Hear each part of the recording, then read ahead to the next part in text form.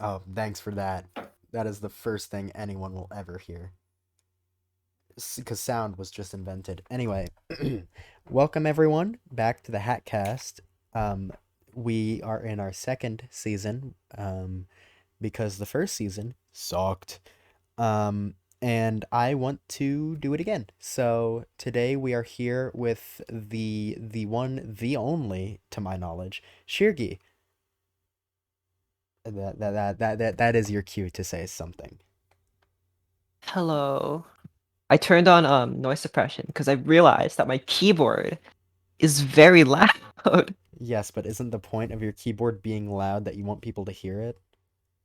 Oh yeah, like Discord calls, but not for something like this.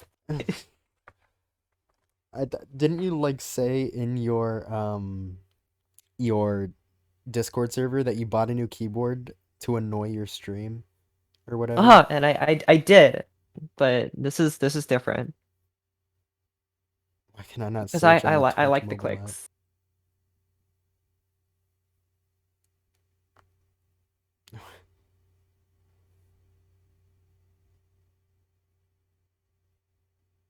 Okay, hold on. I gotta get my situation sorted before we fully start. Oh, because they moved it, but it didn't update. Okay, cool. Great. What are you Okay. doing? Nothing. Okay, we're good. So I was just having something up so I could check the latency. So, this is the HatCast. We have Shirgi. Shirgi is our guest. Shirgi, you want to go ahead and tell the lovely people at home a little bit about yourself? I'm Shirgi. Um, I'm not HatBoi yet, and that's all you have to know about me. Dude, that's That's my only character. That's me. I mean, I guess you can see what I look like. yes, you can see this is what Shirgi looks like as of current. No, that's what I That's looked like great. 2 years ago. That's what Shirgi looks like as of 2 years ago, and apparently we don't have the power of going forward in time 2 years here at the Hatcast Studios, so we're just gonna have to deal with it. So Budget cuts. budget cuts. The new Shirgi was sold for budget cuts, is what we will say. So we are going to be sort of just rambling on a bit. Neither of us are currently good at speaking, so good luck watching this, mom. Oh, I'm Um, having a Sprite, so obviously I'm not gonna talk too good. you're having a Sprite. I'm having Kool-Aid. Oh, you having a Kool-Aid? I haven't had. Am. Okay, I was not a Kool-Aid kid.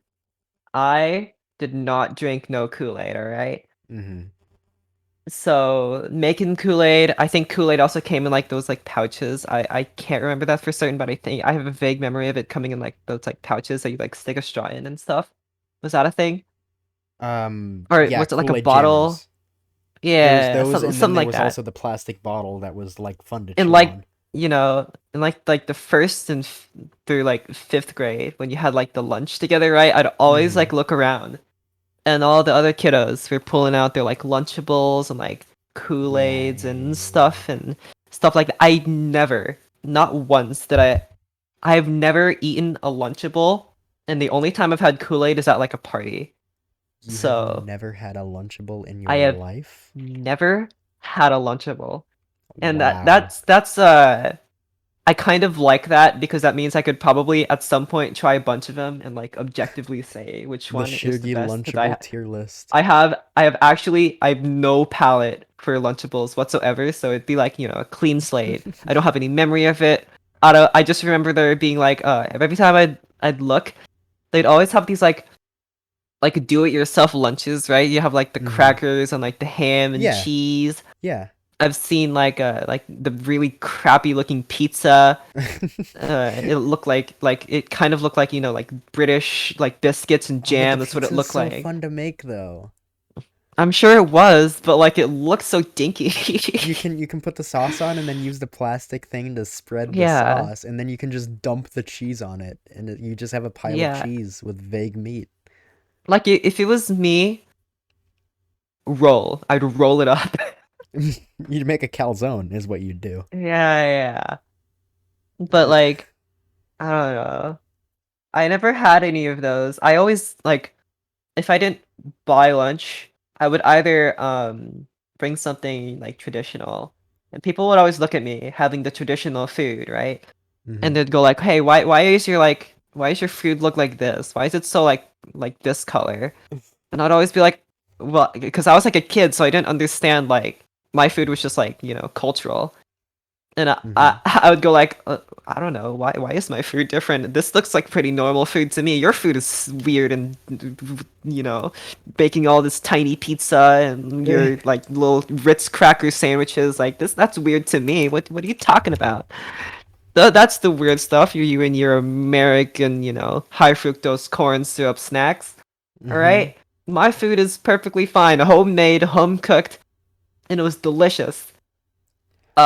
But recently I just stopped eating lunch because A, I'm not hungry, and B, I don't feel like buying lunch and like Mm-hmm. going through the line and stuff and having to suffer through the cafeteria noise. So I just never bought lunch no more. Yeah. I I did have Lunchables as a kid, and I don't think I've ever brought a home cooked meal to school when I was like in all my time. I don't think I ever did that a single time, which I don't know what that says about my lot, but I'm gone again. But so but I I don't know if I had Lunchables like a lot, but I've definitely had them in the past. Like the actually I when we were at the store, I make my mom buy me them sometimes to have as like a little treat. Um but I'm saying a lot because I don't know where I'm going with this, but I Yeah, I was gonna comment on that, but I felt like not doing that because I felt like you wouldn't appreciate it very much. I wouldn't, and I appreciate that you didn't. Um but no, stop. No. Okay.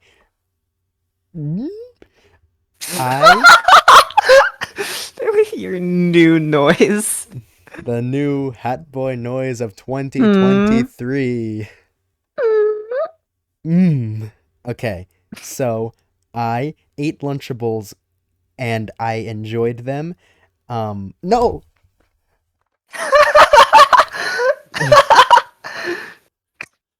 This is going to be a fun experience. Buckle in, everyone. Oh, I will not say the U word. Every time I say the U word, take a shot. You'll be dead by the end of the the stream. U word. Yeah, the word.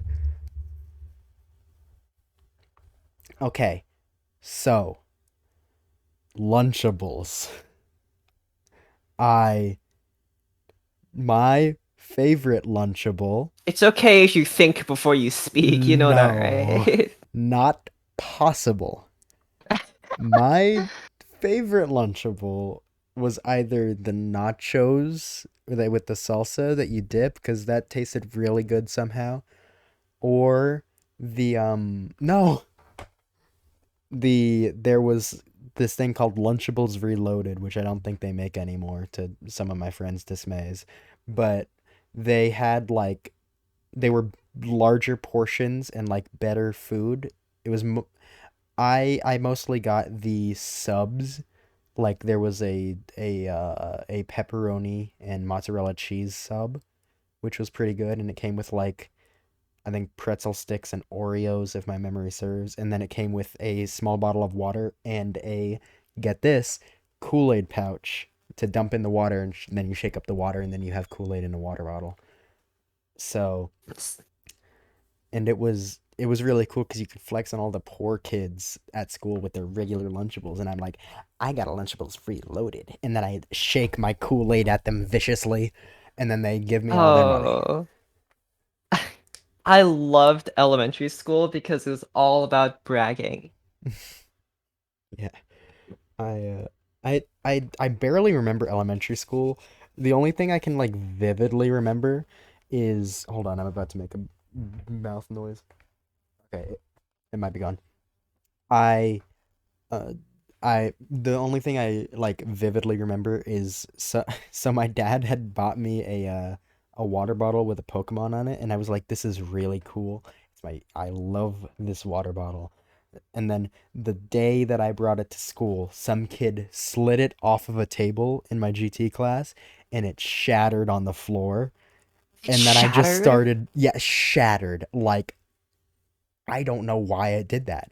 But I Don't they just, make those things out of aluminium or something? no, it was a plastic water bottle. It was Oh, not aluminum.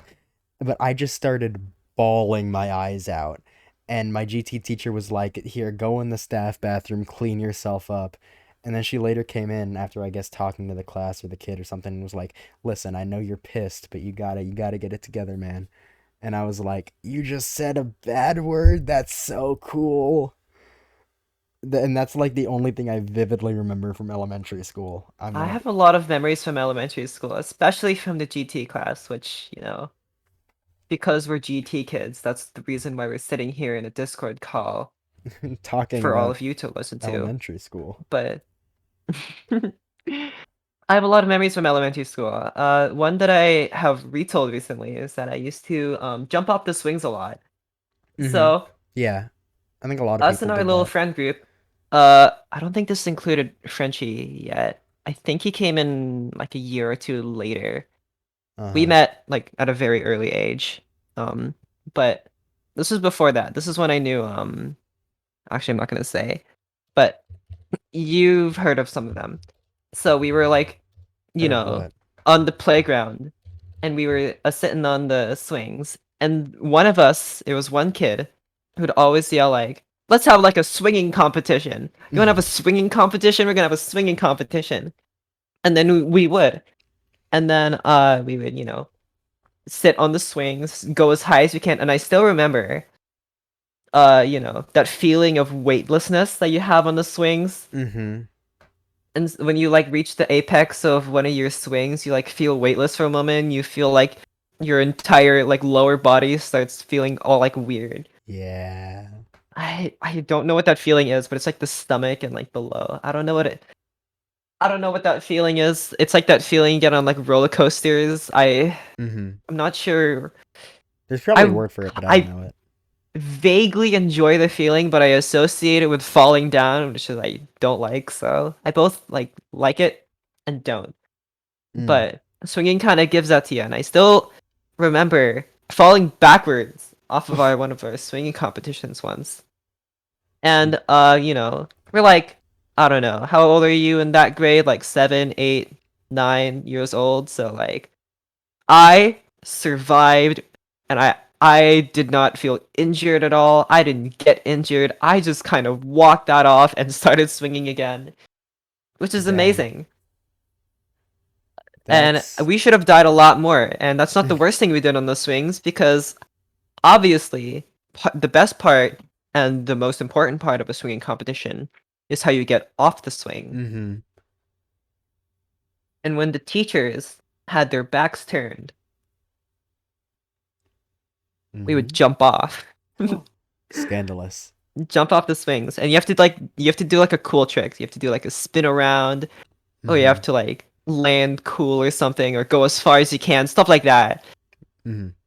And nobody actually won. It was a competition for yourself, and Yay. you just I don't know, you just had that rebellious kid spirit, and you just wanted to do like what you weren't supposed to do, and you wanted to do it as cool as you can. So That that's what we did. We jumped off the swings, and every time that we would get caught inevitably, we weren't stopped. We were just let off. We were just like warned from afar. The teacher would just go like, "Hey y'all gotta stop jumping off the swings." And then obviously we would keep doing it. right. Yeah. Also on the playground, I distinctly remember we used to role play. Oh my gosh, I Um, did that too. a lot of people played house, but that wasn't really my thing. We played space. And I loved it. Was we called it space because we don't have a name for it, but we called it space. And it was in space, and I still remember I was like an engineer, and then like the brainiest kid in our group was like the pilot, and we had like an alien, and it was like super cute, and I loved it. And I don't remember exactly what happened, but I remember like sitting down on the playground, like pretending to like look at like logs of ships and pretending like you're fixing. It was so cool, and we never actually went anywhere. Now that I think about it, I think we just ran back and forth, um, trying to think of what to say, but for some reason we were entertained.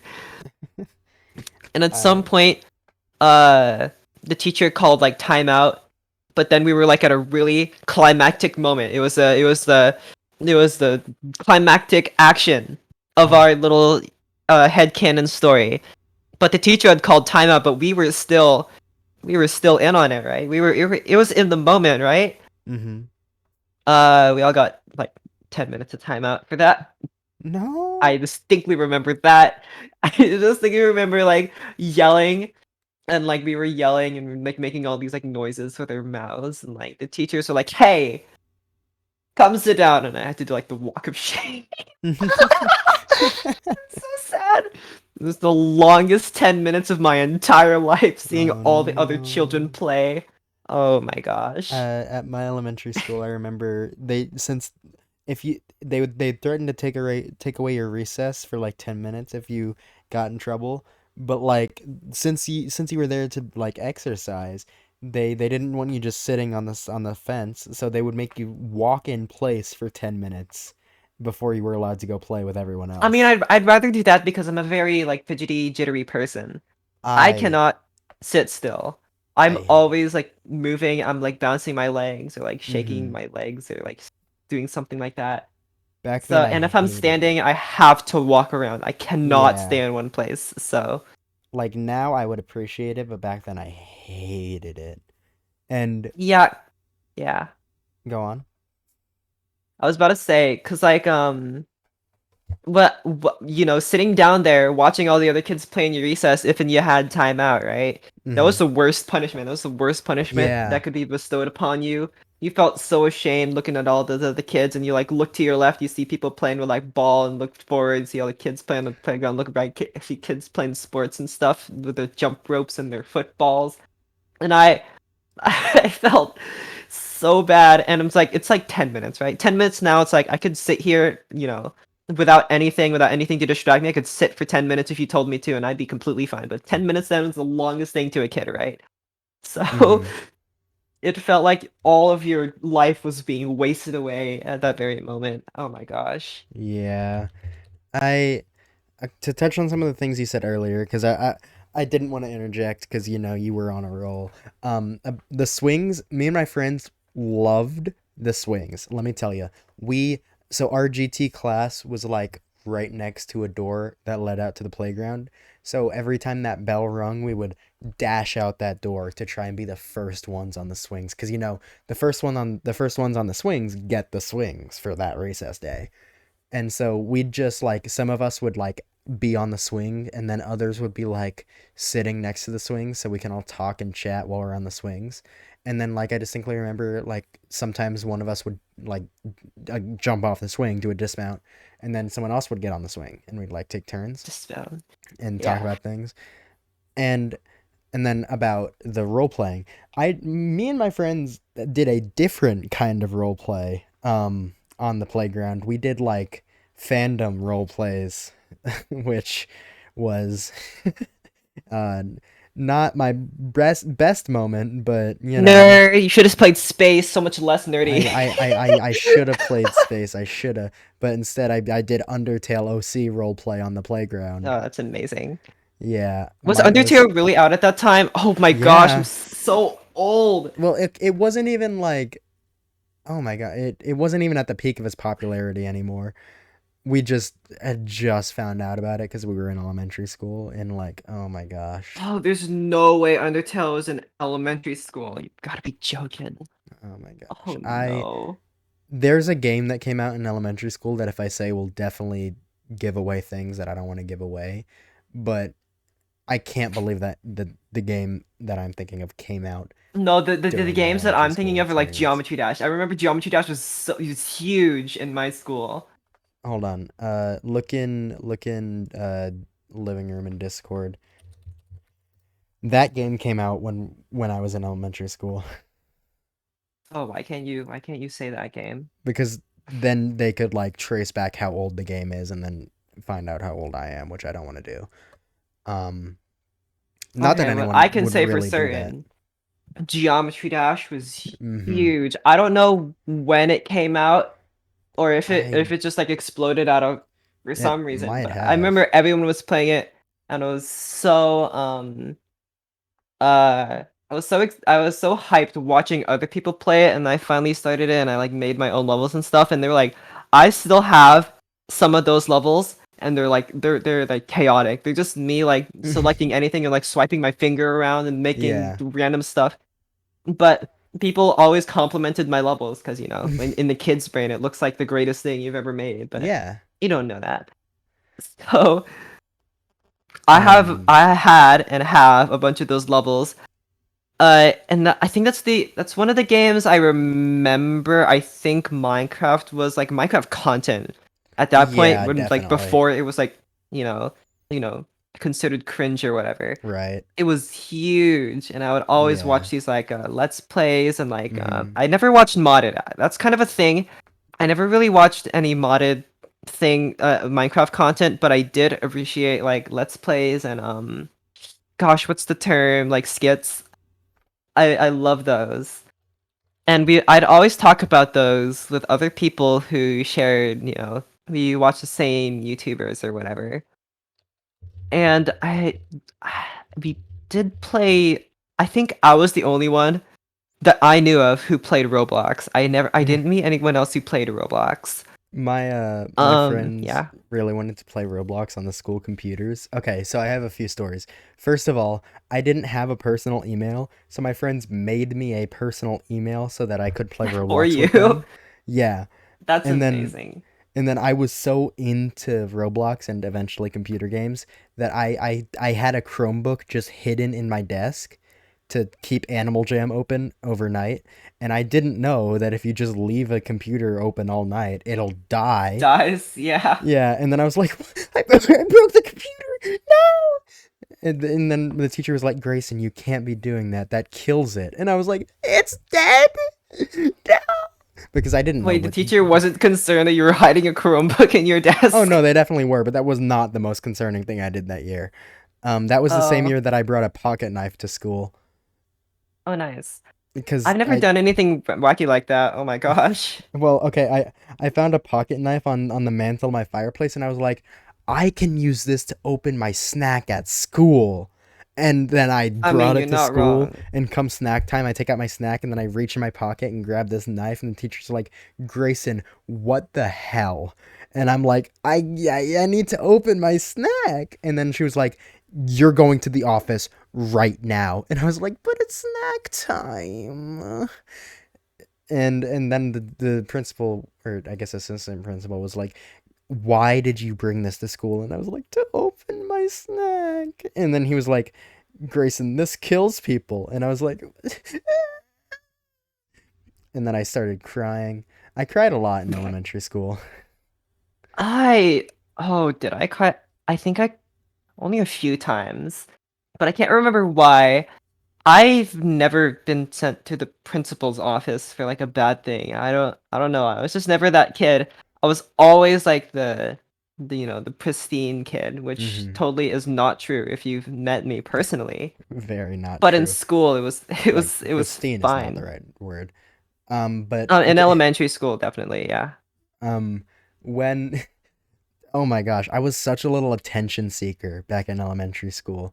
I would, oh my god, I'm so not proud of that. I don't even know if I can say that on air, but It's elementary school, dum dum. It's I fine. know, but I, I did so much to get attention. I claimed people were bullying me, and apparently one of the people that I said was bullying me when questioned by the principal was like, "No, he looks really cool. I'd like to be friends with that kid." And I was like, "Oh."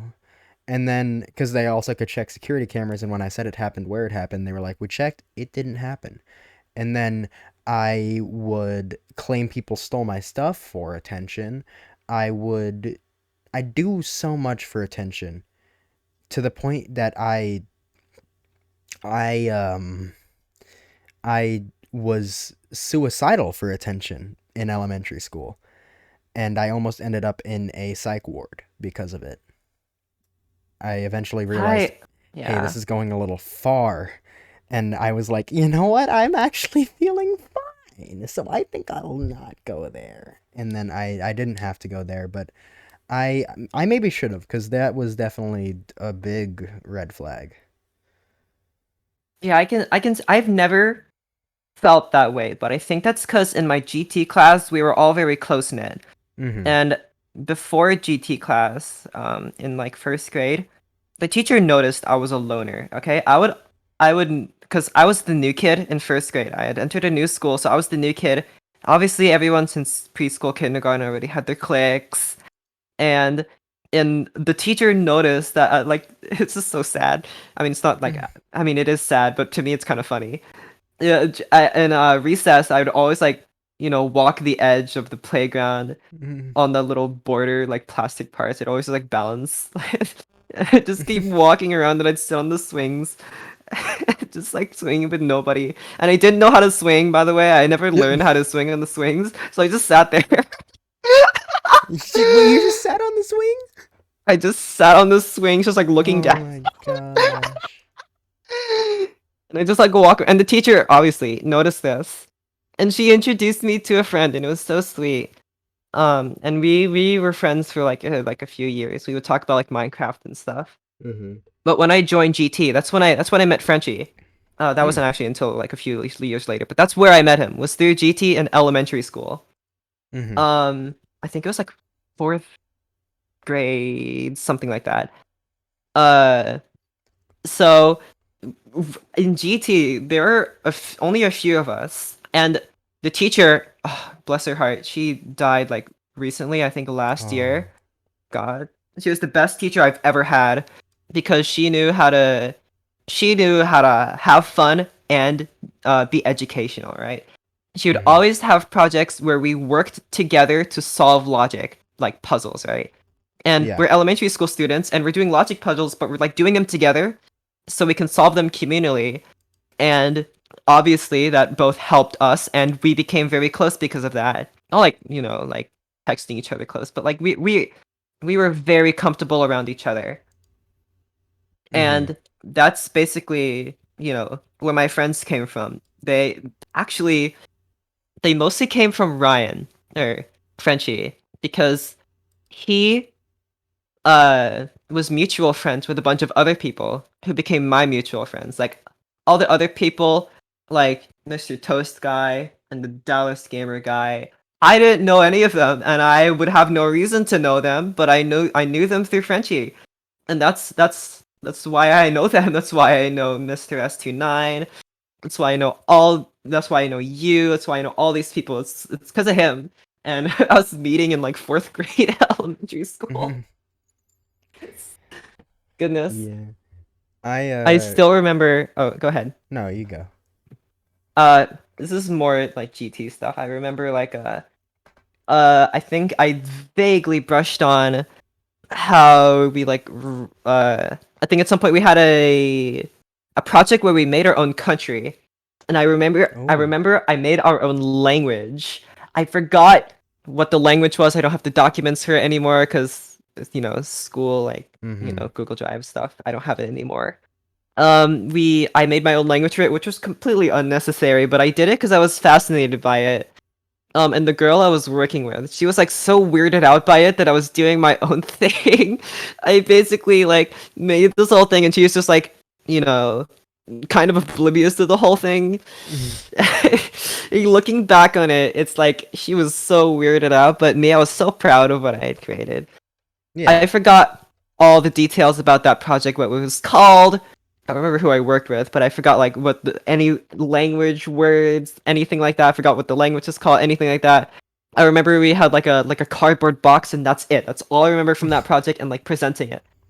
But we wrote a story inspired by another story called Two Bad Ants. I don't know if you ever read that book, but I did not. the teacher, huh? What? I did not read the book. You did not. Okay. I forgot what it's about, but it's about the two ants. So the teacher read us this story, and she said, "I want you to write your own story." This is like first, second grade, right? "I want you to write your own story based off of this story." And I don't have the story anymore, but I distinctly remember I wrote a story about two dogs named Mm-hmm. Yo-Yo and Clip. And Oh. I don't know.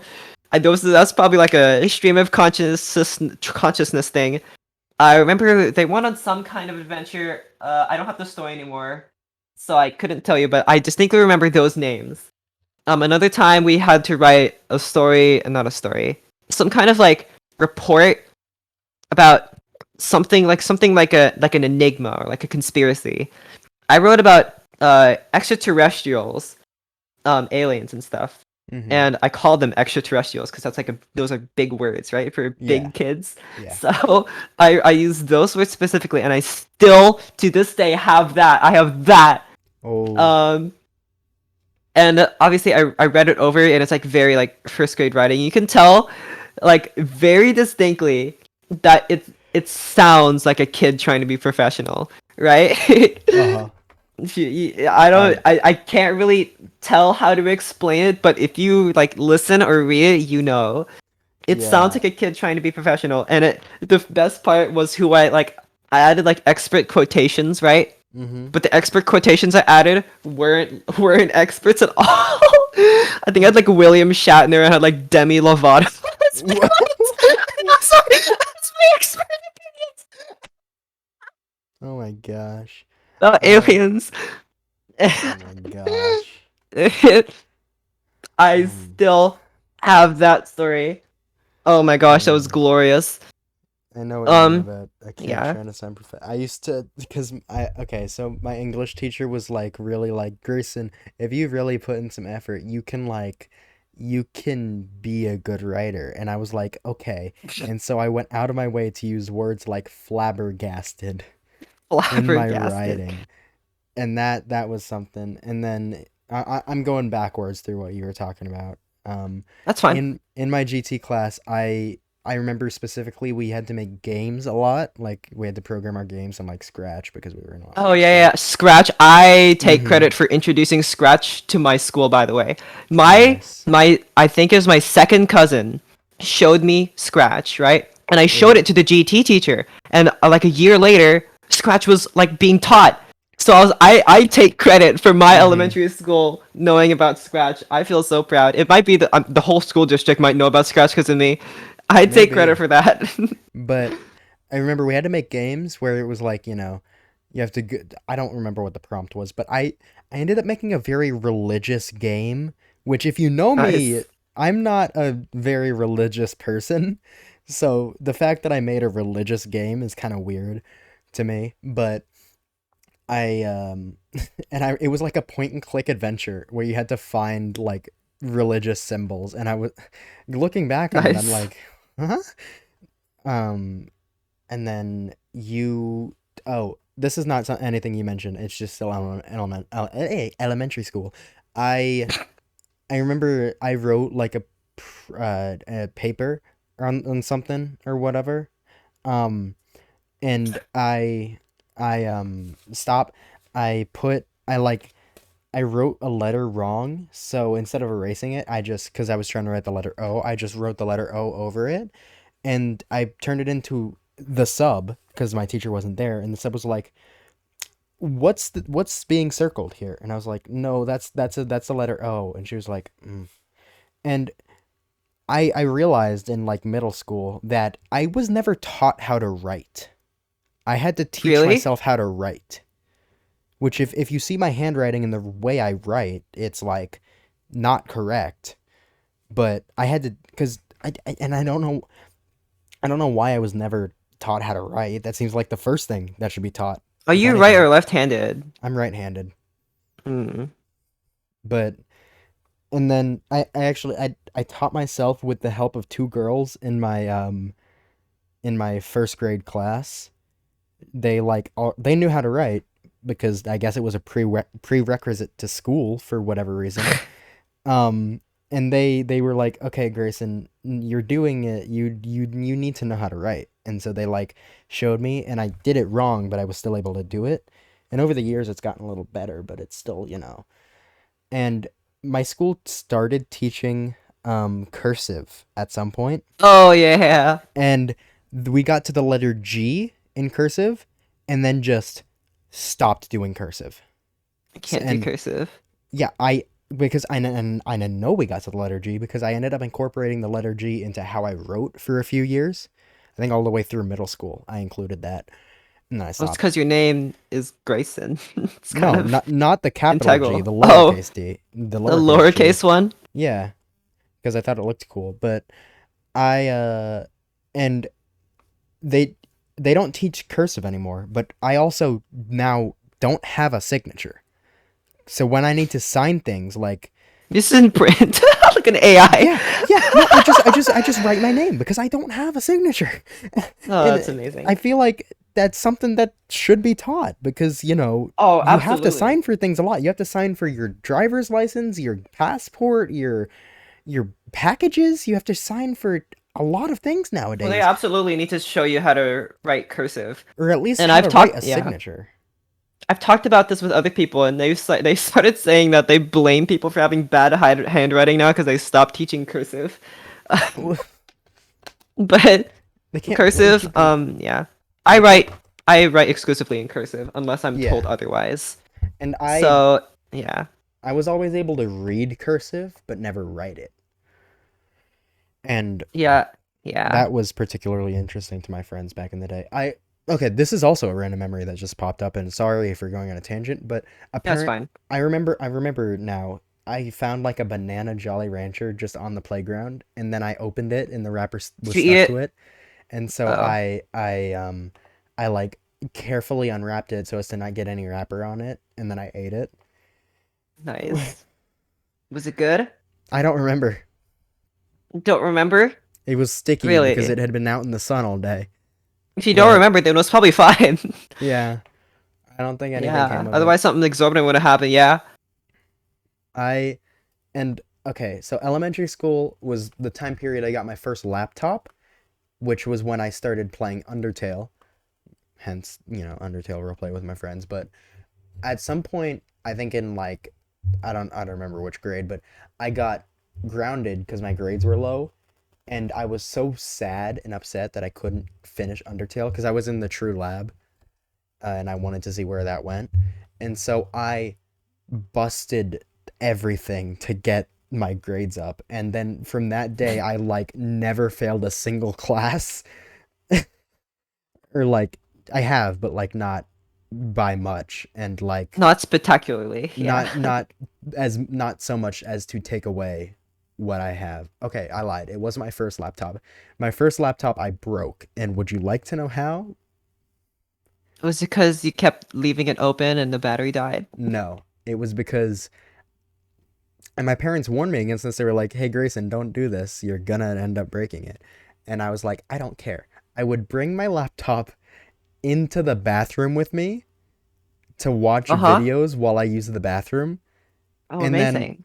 on the way and or I would either do that or I would play games on my computer while I was in there. While getting blasted with Yeah. water. Yeah. And I'm surprised it survived at all. no, okay, here's what did it in. At some point, I dropped it on the tile, and it just like it imprinted on it like forever was just an like a freeze frame of Gary's mod.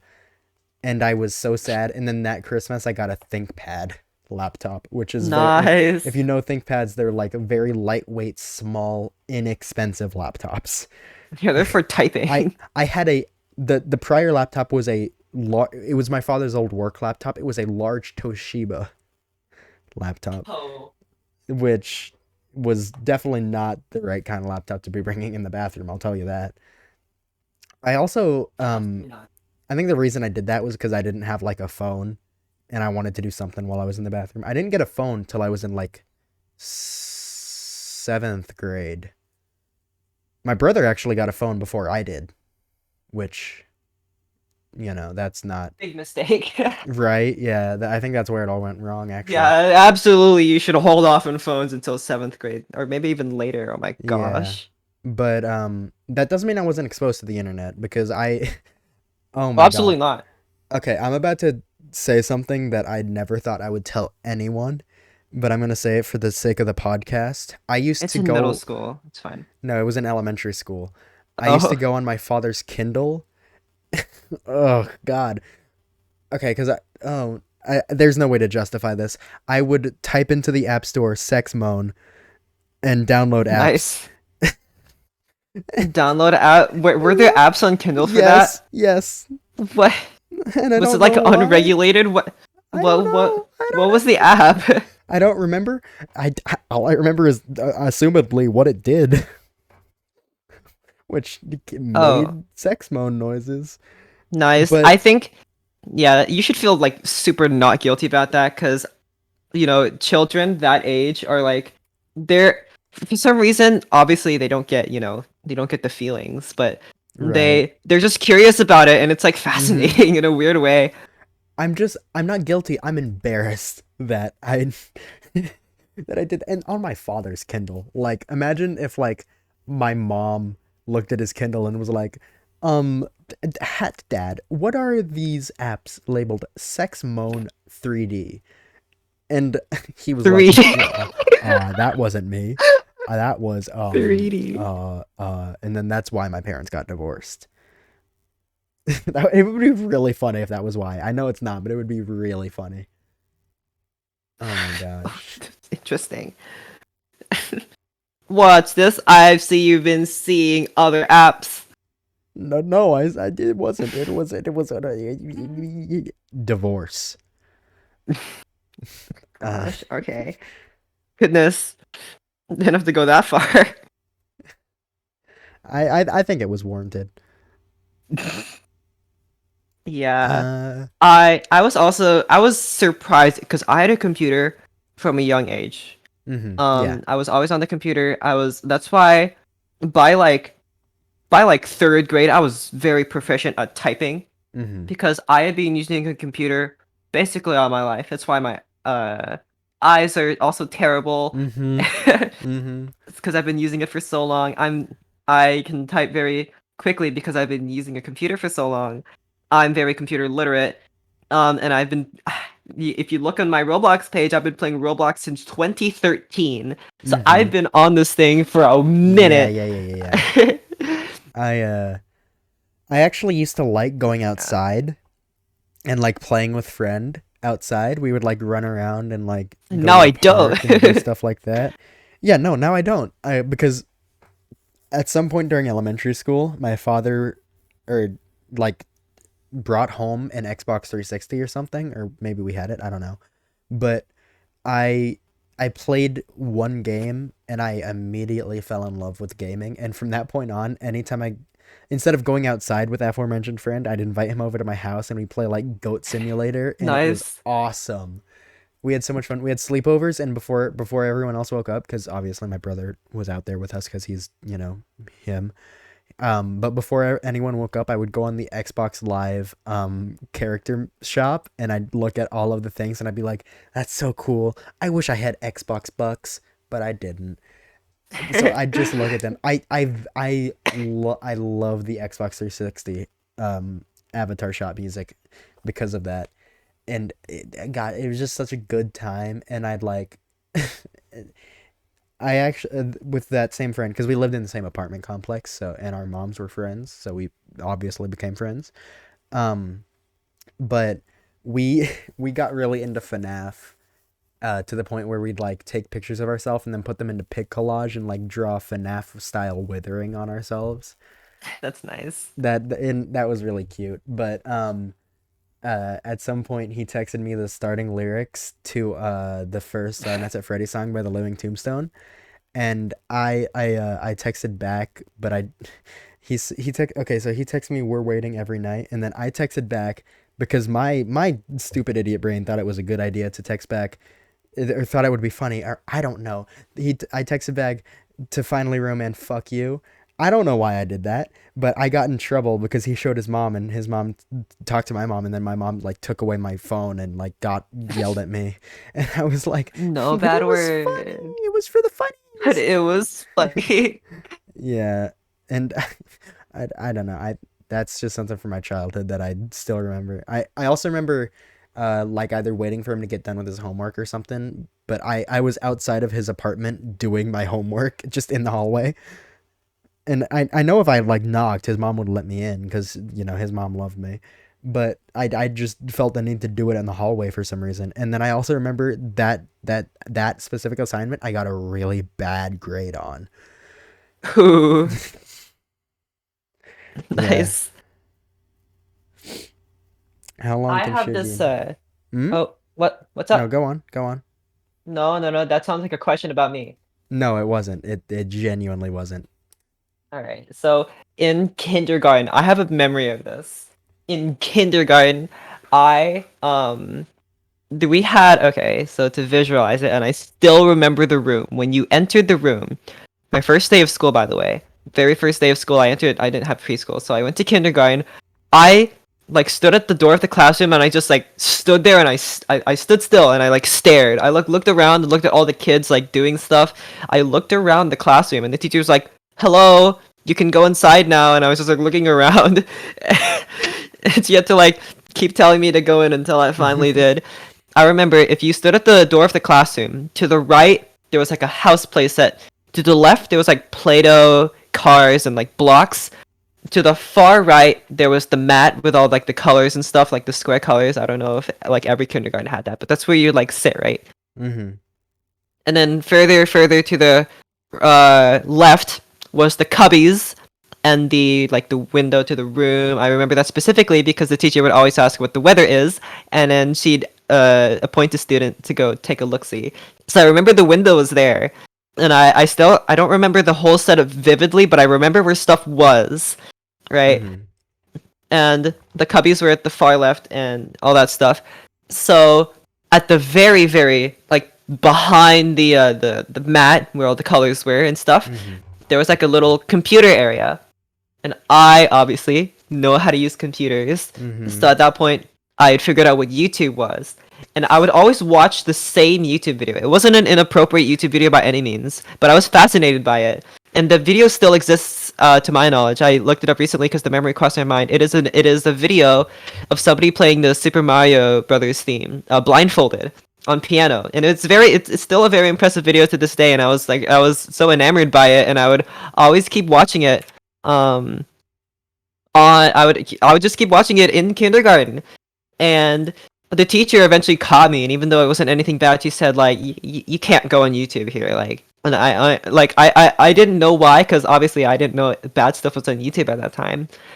Now kids, get off of YouTube, Right, yeah, God. no. Don't But go on YouTube till you're at least 13, maybe even more. but I at that time, obviously, I knew YouTube for like Minecraft and piano, so like I Mm-hmm. was like, what do you mean? This is fine.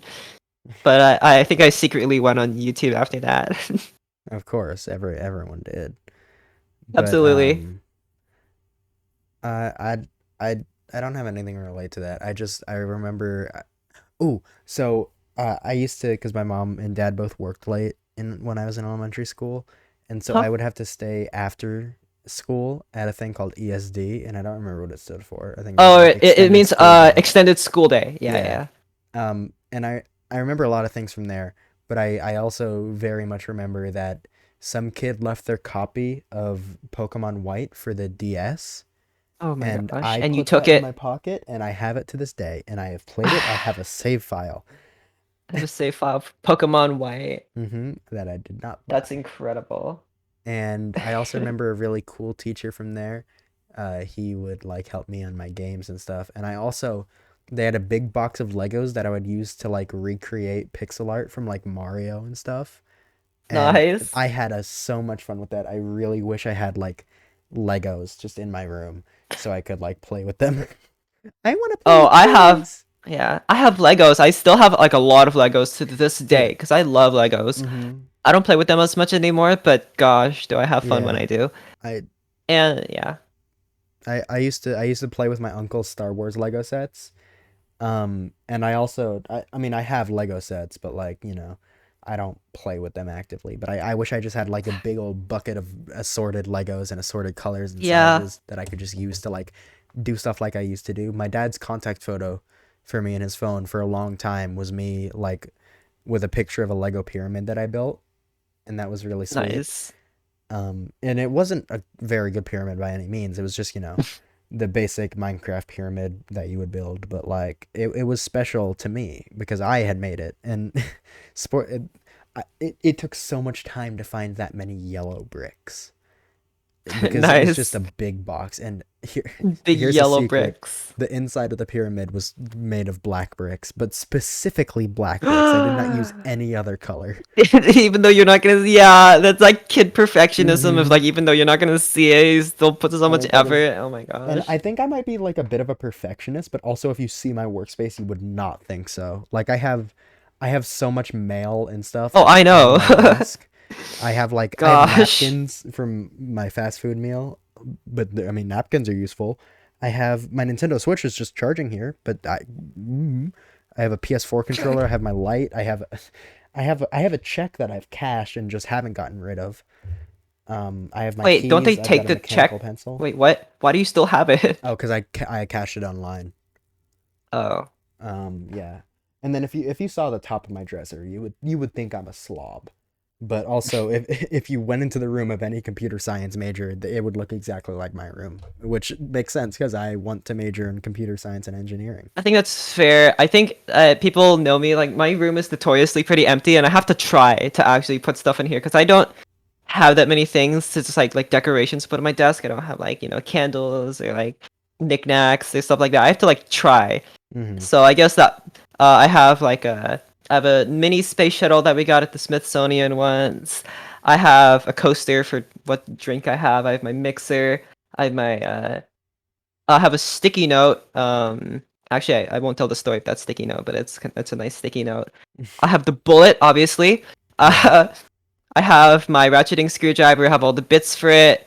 I have that like toy that with like the wires that like expands. Mm-hmm. Yeah, I have one of Yeah, those on my shelf. and like you've seen my video before. My room used to be like so empty. There was nothing. Goodness. Yeah. I Um. yeah. Yeah. I don't I was gonna say something. I think I was gonna say like I don't I think I was gonna say like I've never seen your room in person, but then I remembered I've seen it like on video. But I was gonna go on a whole tangent how I once like wanted to show up at your house, but then you said I think you said something along the lines of I don't want you anywhere near my house. And looking Yeah. back on it, At that was a that point. pretty funny line. Yeah. At the time, that like damaged me mentally for a long time. Well, it was because like you were saying it in a really creepy way that started freaking me out. So I'm Yeah, no, like, get away from me! I Like, didn't mean to hey. do that. Looking back on it, I can see why you did that, but like, at the time, it was like, I took it as I don't want you anywhere near me, and I was like, what the hell? Because like, I think at the time I considered you my best friend, and that was like really upsetting to me. Yeah, like I think yeah, I can you see why I wasn't No, yeah, very no. comfortable with that. I actually went back and looked at the conversation and I was like, I was being such a creep. I don't Yeah, even remember why I was gonna show up at your house. I don't know either. You I never said why, which is why it creeped me oh, out. I think was that when I needed to return the gimbal? I Or don't think so. that was a different time, wasn't it? I think you just like just got your license or something like that, and you wanted to like try it out. You're like, all right, I'll Oh come yeah, to your yeah, house yeah. or I was something like like that. I was like I'm gonna drive to your house, which is a very creepy thing to just say. Like I should have given context. I was like, "Yo, Yeah. I got my license. Do you mind if I drive to your house real quick?" And if you had said no, I should have said, "Okay, cool." Instead of just going, "No, no, no, no, no. I'm in the car. I am on my way." Yeah, yeah, it was so weird. That's such a Oh Oh my my gosh. gosh. I'm so sorry for that. Goodness. Okay. Wow. Um, back to kindergarten though, because this memory came up. So all the girls, obviously, all the other girls, because I was not Hmm. like the other girls, they all Of played course. house, and they would always talk about like I'm the mom, and this cute boy is the dad, and we have all these children, and we like do this and that, and I was like, I never really understood the appeal of that playing house. The house Hmm. set that we had in kindergarten was very elaborate. It had like two stories, had like a like staircase or a ladder of some sort, had a kitchen, had a bedroom. And I don't remember a lot of it because I never played with it, obviously. So, but I remember that it was very elaborate for the time.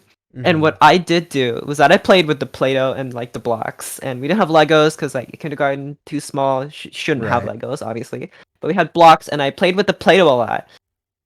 And me and my friend at the time, we would play with the Play-Doh at the tables, and I remember the teacher specifically saying, "Don't mix the Play-Doh." Did So you that's mix the exactly what we Play-Doh? did. Yeah. We made like I think we made like cookies, right? And it was like Mm-hmm. yellow and like blue because like the closest to like black and brown that we had. So we made like that. And the teacher was like so disappointed. I didn't think I remember like the dirty green yellow Play-Doh that we made. Goodness. Yeah. And she was so upset by that. It was like, it's permanently green Play-Doh now, I guess. Yeah, that's Um, just the color. yeah. I don't like that teacher though because she was racist. Oh, And fun. it was uh because I never really picked it up at the time, but I have this distinct memory, and I only figured this out looking back. But uh, so she had called on a kid to say something, right? Mm-hmm. And the kid was Indian, and Indians, I don't know if you've noticed this, but if you've like talked with them, like traditionally, they use the head movement as a way of communicating, right? Mm-hmm. Indian Yeah. head movement. Mm-hmm. I don't have to explain what that is. Okay. So the teacher said, "Don't bob your head. You can bob your head in India, but not here." What? So this kid was bobbing his head probably because he saw his parents do it. Right? Was Yeah. told by the teacher that he can't do it because I don't know, he lived in America or something like that. This is Goodness America. Your head gravy. is never allowed to move. You must be a stone Head statue at cannot all move. times. Goodness. He says while moving his head. I don't have any other like memories from that teacher. No more memories. Um, because I transferred schools after that to one of the Mm. Swedish teachers I've ever had. Her room was cow themed, and it was so cute. And she had like a cow plushie, had like cow like chips and like little chips that you use for like behavior points. And they Uh-huh. were like little discs, and they were like, all cow themed. There were cows around her room. She loved cows. You could tell she was like country girl, and it was so cute. I miss that room because she retired recently, and I guess that room doesn't exist anymore. I Oh still yeah. remember in the hallway where the classrooms are, she was the very first classroom to the right. So it's very easy to find her room. Yeah. And I don't have too many memories from that. I did draw a maze once. I drew a maze, right? And it was Mm-hmm. like, it was not like a conventional maze because I'm a very ambitious person even back then. So I wanted my maze to be the best maze ever, right?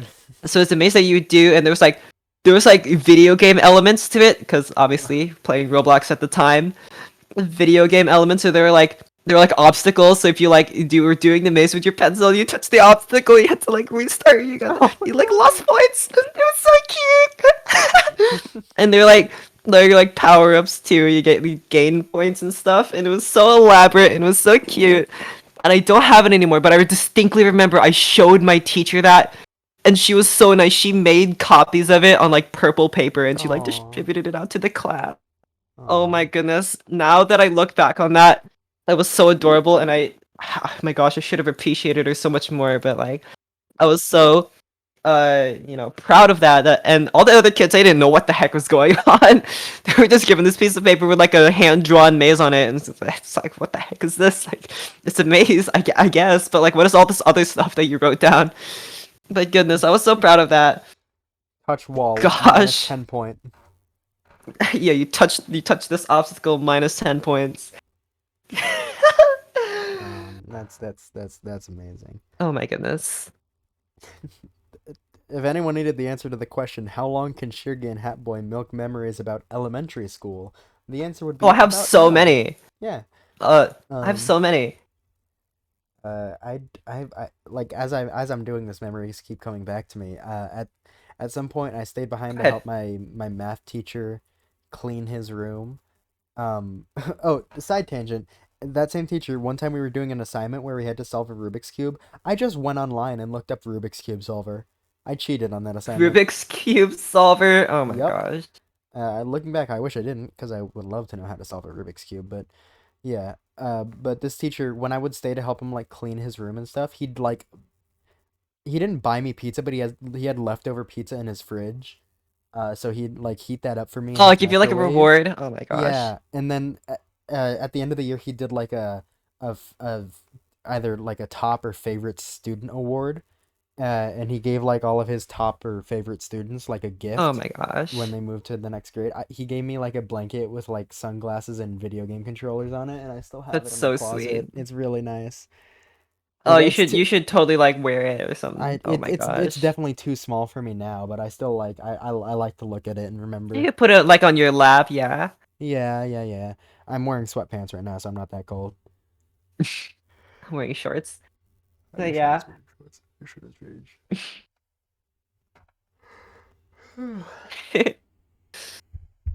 Ah, Oh my gosh. gosh. Let's see. I don't remember Yes. much else from first grade other than I was a loner.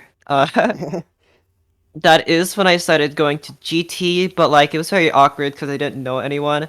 Yeah. Um, like in second grade, I don't remember much except that we didn't like the teacher, and that teacher is, by the way, the new GT teacher, which sucks. But it's surprising that the teacher's still there.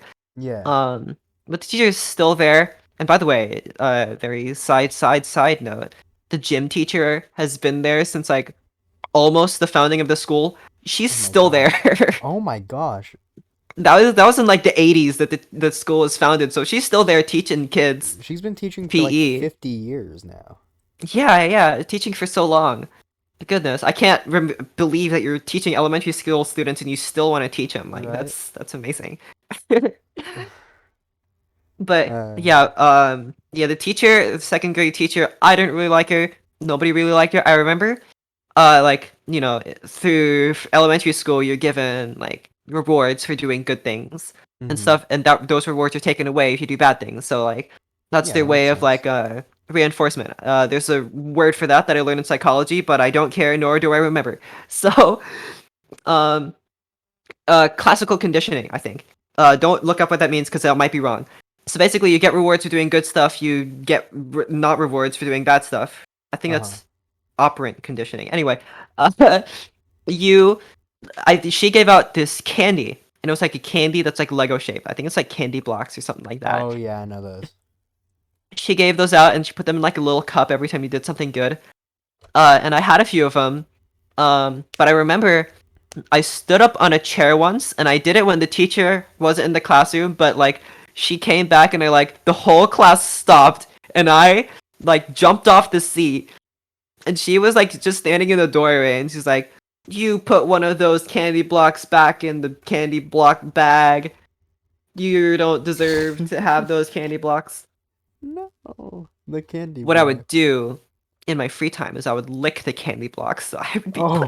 putting my candy blocks back in the Oh bag. no. That I, because I didn't want to eat them because they were my rewards, but they were so tasty. So I licked Uh, them, Wait, so and what would she do if a kid just like immediately ate the candy blocks so they didn't have any to give? they probably didn't even notice. Like I don't know, I don't even remember what the candy blocks were for, but she gave them out, and you could probably eat them. They were probably for eating, but I don't know. You like put them back, but I had been licking the candy blocks, so like, because I didn't feel like eating Uh, them for some reason, even though they're probably old as heck. I don't know, yeah, but yeah.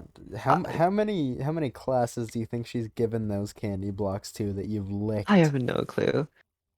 No, I don't know, cause I don't know, man. I don't know if any other kids did that, cause I never really caught any other kids like licking candy blocks.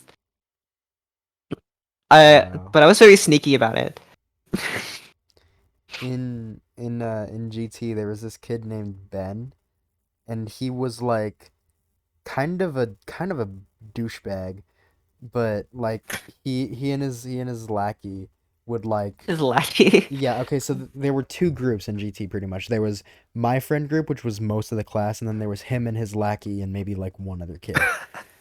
Um, The outcasts. you're right. And the only good thing I remember about them is that we had to cook food in the class at some point, and he made a really good mac and cheese. That's the only good thing. At some point in elementary school, Nice. while we were in like the gym, like everyone was in the gym.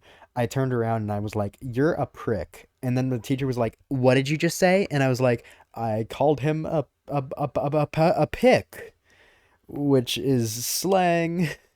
And she was like, "Okay, Buster, but I'm on to you."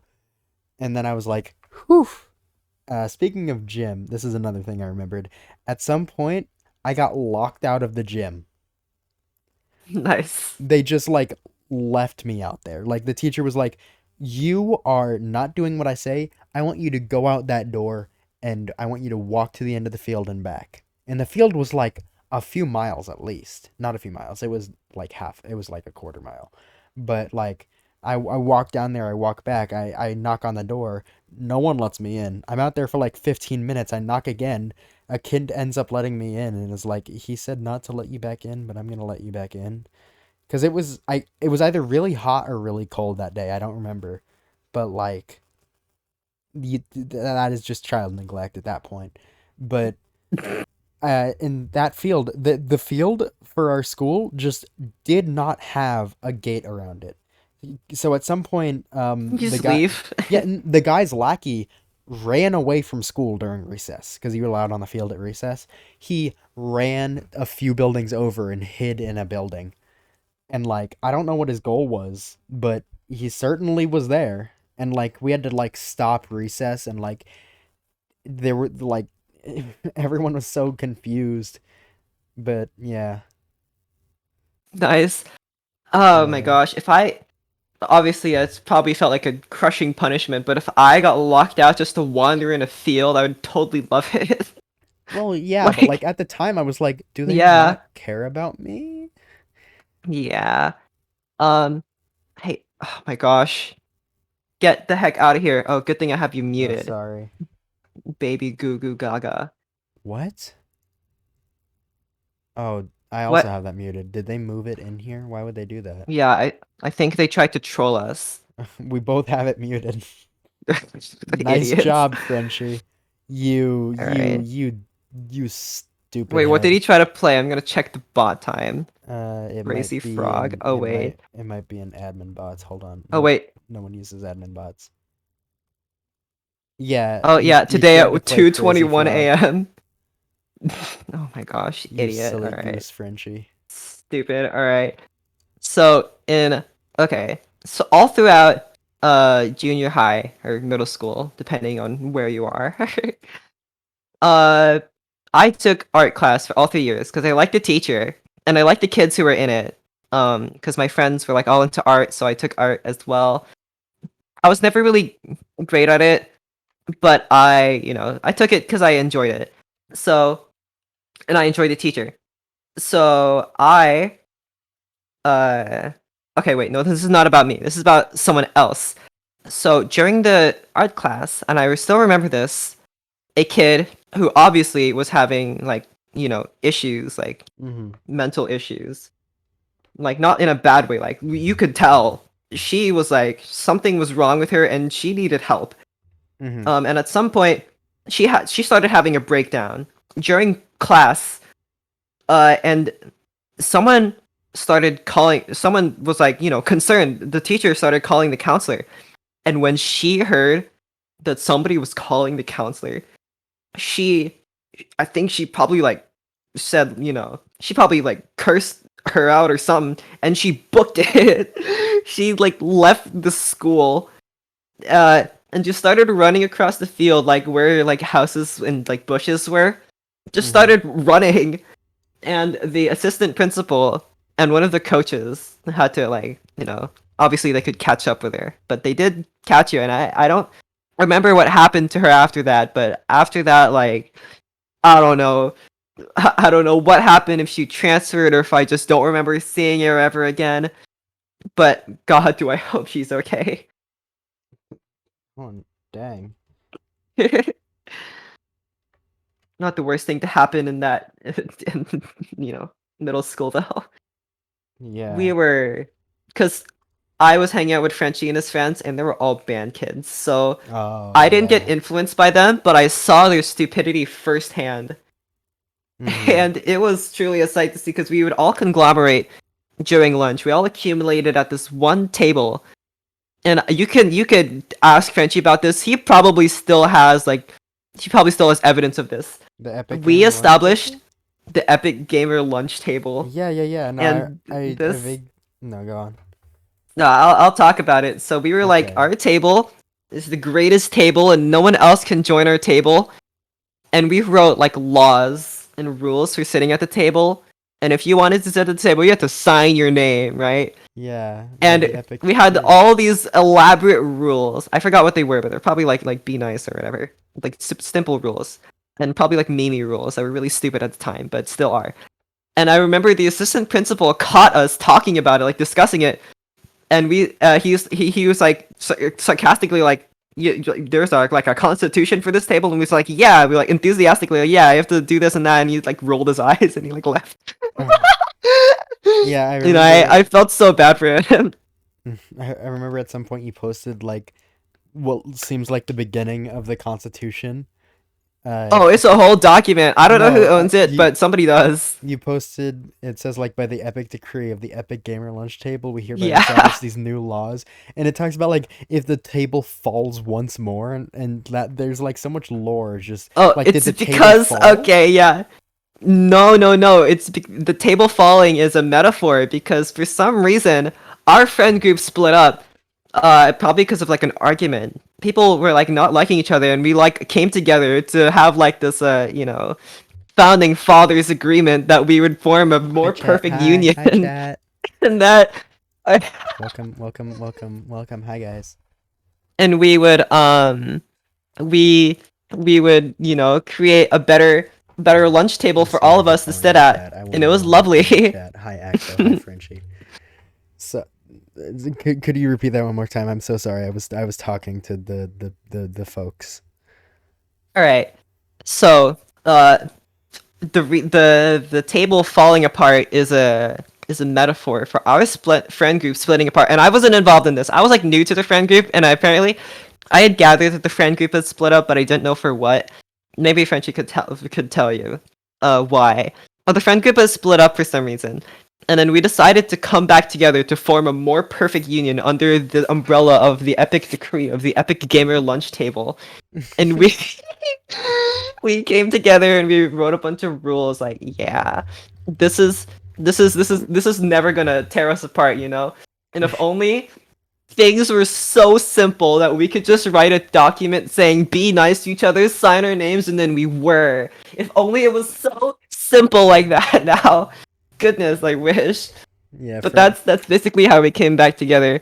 That was brilliant in every way, except for all the rules that were in place, because they were all like, band kid stuff. Like, Yeah. we love communism, and we salute the red flag, and we What? listen to this Wait, music. wait. When did this become communism? Oh, because Oh, was it they're because band of kids. Dallas It's Gamers? because they're band kids. Oh, my bad. It's because they're band kids. It's because they're Yeah, band no, kids, that and makes a that was lot of so sense. That funny. makes a lot of sense. Frenchie's in chat, and he was like, "Bro, the EGT, the I've never heard of people called that. HatBoi and Shirgi will be That playing Fortnite soon. Please be patient. Don't pin that message, Axo. Okay, sorry. They're getting into some. They are getting up to some shenanigans in my chat room. they're having a riot. Goodness. Oh, I don't remember because I recently met this girl in my writing class, and we went to the same like junior high school. So we talked about it, and apparently she knew a lot more about like the ins and outs of the school and what was happening and all the gossip than I knew, Mm-hmm. because I pretty much stayed with my group of friends. And I never really expanded beyond that. Like I was sociable and I could talk to people, Mm-hmm. but I never really did if I didn't have to. So I didn't really know what was going on unless the school told us about it. Mm-hmm. And apparently there's like a lot of things happening at the school that I just didn't know about. There's like, vaping, there was like toilets Yeah. being broken. There's people throwing bodily fluids everywhere that I'm not gonna even mention. Besides that, Ugh. it was gross, goodness. But I mean, that's kind of expected. But I really didn't like it, and people this person, she explained that there people were like doing drugs, and I'm like, well, I guess I'm not surprised, but I am surprised because I didn't know about that. I was like, my whole time there, my whole few years there, I was completely oblivious to the fact that bad stuff was happening at our school, and I Yeah. just didn't know. I was too innocent. I was too goody two shoes for that. So, and I rarely use the school bathrooms. Like, the only time I've used the school bathrooms is just like I hadn't Yeah. gone like the day Yeah, before, yeah, yeah, yeah, yeah. or if Yeah. I was sick. I distinctly remember Yeah. like throwing up sometimes if I had to, but I've never really used them. I've never like cried in a school bathroom or Ooh. anything like that. Like, I've never really needed Yeah, no, I'm to exactly the use same them. way. I hate using public bathrooms. I Yeah, only I ever won't use use public them if bathrooms so I'm I don't have to. having Yeah. I only ever use them if I'm having an urgent issue. If I Like, have to, yeah. Like, right. if I kind of feel it, I'll just wait till I get home. Even if it's like the Yeah. middle of the school day, I would just feel like, yeah, I'll just wait it out. And then obviously when I get home, it's like an emergency at that point. But I'm like, I really don't want to use the school bathroom. Yeah. It's the No, worst. a vivid memory I have is at some point I had like a really bad nosebleed, and I went to Oh the gosh. I went to the bathroom stall, and I was like, okay, I'll just like let it let it go for a little bit, and I'll clean it up later. It went for like 15 solid minutes. The toilet ended up looking like a murder scene, and I think Oh, I almost passed out from blood loss. But when it was did you done, I was not tell like, anyone about it? I mean, I told my teacher, hey, I'm having a nosebleed. I'll be back. And she was like, okay, be back soon. Uh, but I was in there for a solid 15 minutes. And like, when I was done, I was like, well, that is not my problem. And I just left it like that. Oh, you're the worst kind of kid. Well, Goodness. no, what was I supposed to do? Like, go grab the cleaning supplies and clean it myself? We don't have access to those. I Well, mean, like, I would think that you I would do cleaned, something, I but if you cleaned just up left it. No, I cleaned up what I could. I didn't like leave blood Oh, everywhere on the I thought you were floor. just like left it and you're No, like, this is kind of cool looking. I'll leave it. no. I didn't like leave it. I like cleaned up what I could, and what I couldn't, Yeah, okay. it wasn't that much, but like ugh. But like I was also just so out of Gosh, it then because, 15 minutes straight of bleeding in a bathroom. that's fair. Why is there a prediction going on? Sorry. What prediction? The Goker? Let me predict. Oh. Oh. There's 10 options. I'm going to predict the Goker. I don't have channel points. The Goker. Okay. Um what else? What else? What else?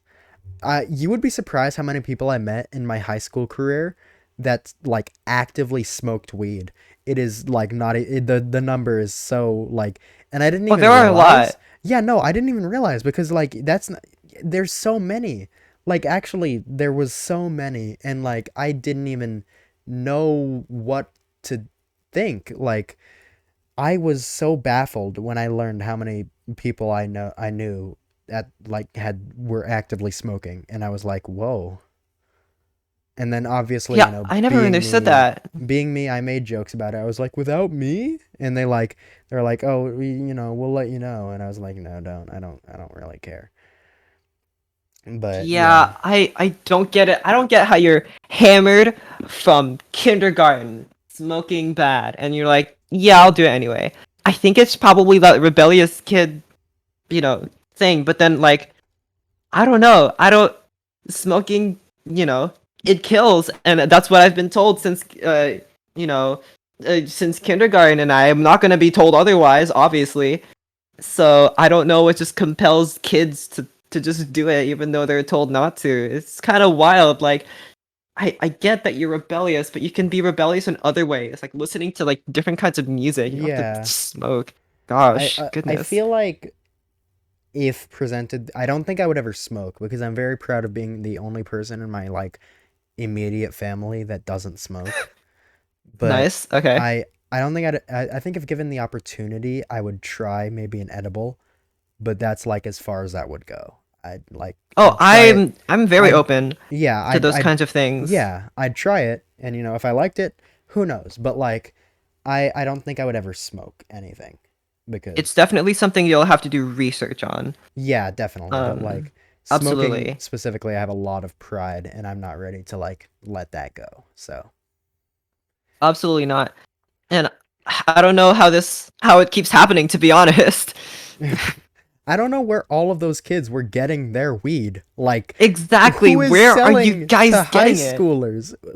How did you I find mean, them? you know Oh what? my I know gosh. exactly somebody's uncle who's selling it to all these high schoolers. I can tell you right now. Do you know specifically whose uncle? Frenchie just No, said, and "Is this a even if I drug?" would, don't even want to know. But yeah, we Some. had a drug PSA recently. I think I told this, but I'll say it again. We had a drug PSA recently, and I turned to the person next to me, and they were watching queer TikTok the entire time, but not on TikTok. They were looking at like compilations on YouTube, and like they were like also like writing poems, and like I was like, okay, Were they well, first of raining? all, I know exactly what kind of girl you are, but but A gay one? also I can tell you, you know, that this presentation is super uninteresting to Yeah. everyone.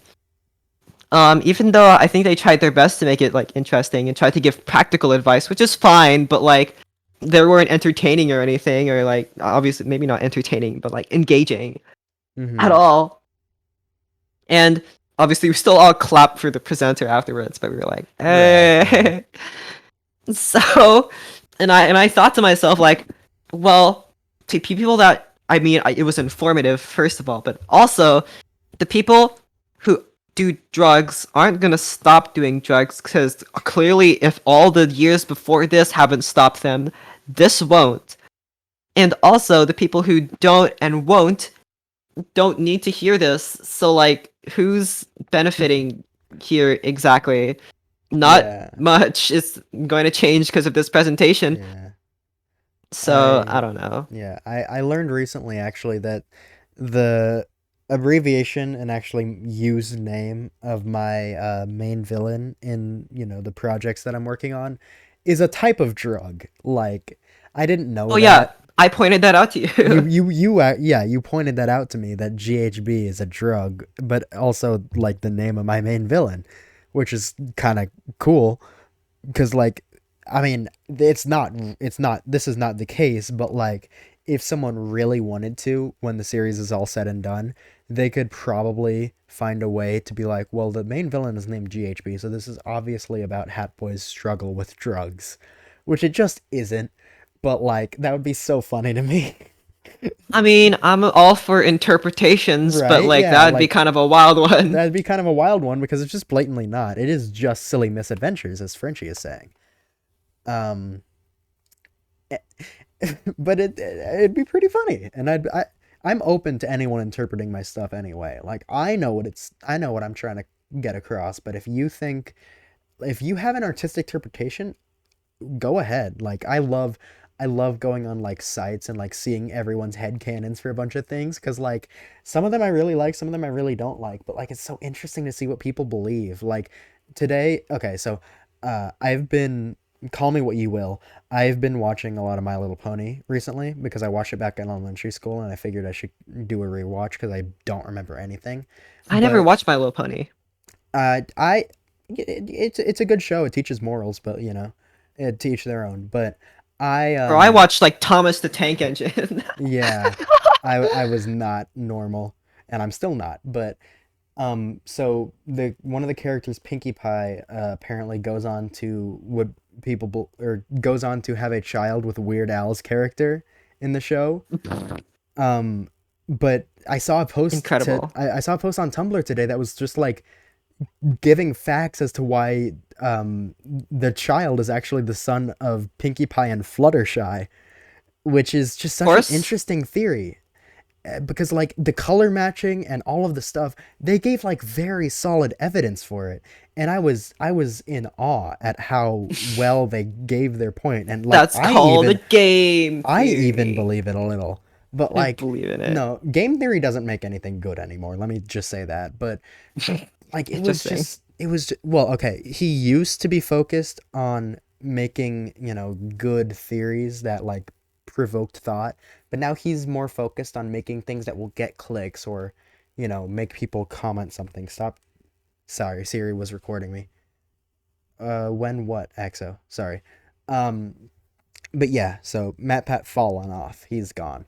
But anyway, but yeah, it was just so interesting to me. And like I see a bunch of headcanons that like what theory was good? Um do you mean game theory was good or what theory that I was talking about? Anyway, sorry. I'm getting distracted by the people in chat. But what game theory? I don't remember what game theories were ever good. But um I watched them as a kid and I thought this is the theory ever, and it was. Um, but yeah, I was saying the headcanons are shut up, Siri. Oh my gosh, it's because I'm saying theory. My Apple Watch is activating Siri because I'm saying theory. But yeah, sorry, I went on a little bit of a tangent there, but I just love seeing people's interpretation of art because it even though if it's not my interpretation, it's so interesting to see why people believe what they believe, and especially when they provide such good evidence for it. Well, yeah, it's just like a whole lot of coincidences piled on one. Mm-hmm. Speaking of art, I think I've talked about this before, but I don't think I've ever gone into detail about the book I wrote Oh yeah, from you wrote a fourth book. grade to like seventh grade. I wrote a book, and I'm not gonna really explain what it's about because we'd be here forever, but I'll tell you like what happened as I was writing this. So I wrote a book, and it used to be like 100,000 words. Then I went back and tried to revise it, and then I ended it off, so it's standing at like 84,000 because I checked recently, Mm-hmm. which is why this came to mind. I thought I would start writing a story because I don't know, I just felt compelled to do it in like fourth grade, and I started like typing and typing, and this is when we were given technology because Mm-hmm. we were so rich, and so Yeah. we live in a place where we can have that kind of stuff. So we were given iPads, right? And I since then, every time we had like reading time, you know, I would Mm-hmm. pretend I was reading, but I would actually be typing Yeah. stuff for the story. And it wasn't cohesive at all. I didn't have an idea of where the plot was gonna go. I didn't have too much development to the characters.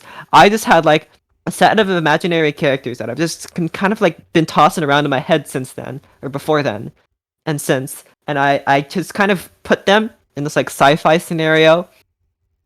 And the story, it was very very fluid, but not in a good way because it was episodic, divided into chapters, but it didn't really go anywhere. It was kind of the story I told with them was kind of inspired by whatever I was into at the time.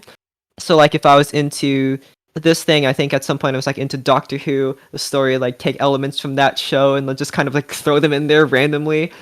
Um, and I would like to like take plot points and I'd like kind of put my characters in them, and I'd also like take things from like video games. I think I took like some quotes from like Portal, and I put some stuff in there, My and favorite all part as this well. kind of stuff. I stole elements from multiple different, uh, disciplines and and arts and concepts, and I just kind of mashed them into one. Also, involving inventing some of my own thoughts in there, and it was just like this long rambling of an incoherent but somehow staying together with like duct tape story, right? That just kind of flowed, but it flowed in a zigzag pattern. And at some point, obviously, it started when I was in fourth grade, and it kind of ended when I was in seventh, eighth grade. So as I was writing the story, I became more mature, and I started introducing more mature topics. So it became just kind of weird where the beginning of the story was like, like kind of wacky, and Mm-hmm. like towards the middle, it became like weirdly like political and like about like, like mental health kind of things, Oh. because that's what because that was interesting, obviously it still is, but I was writing it the complete wrong way to make it not good. Mhm. So it came off reading it again. It comes off as weirdly insensitive, but I wanted to try. I wanted to because I thought obviously it would and should, but didn't make the characters more interesting. And I did make it political. I made it about how like my characters were like rebels and they were rebelling against this like big evil like organization thing that's developing like Yeah. big sci-fi weapons and we have to like stop them and stuff like that. But then it became like all familial and like one of the rebels is like one of the leaders in the like big empire business. And it was like it was super involved. But because I never had an outline, I never had like established character development. I never had like a headcanon like the personalities and sometimes even the appearances and the backstories of characters just like kind of changed over time. And Mhm. because it was all in my mind and it wasn't actually written down and set in stone and put in the records that I never had a one like frozen concept of what a character was. So it would always change. And at some point it had like romance involved, which didn't really make any sense because the characters were like super nondescript and they didn't really have any like many personality traits that really made them stand out from each other. But I remember very distinctly, I put this whole story on Amino. Oh no. I mean, I used to write stories on Wattpad, but not Amino. I put Oh it my on Amino, gosh. and it was my friend who introduced me to Amino. So I put the whole thing on Amino, and people they read it, and they were obviously probably like as young as I was.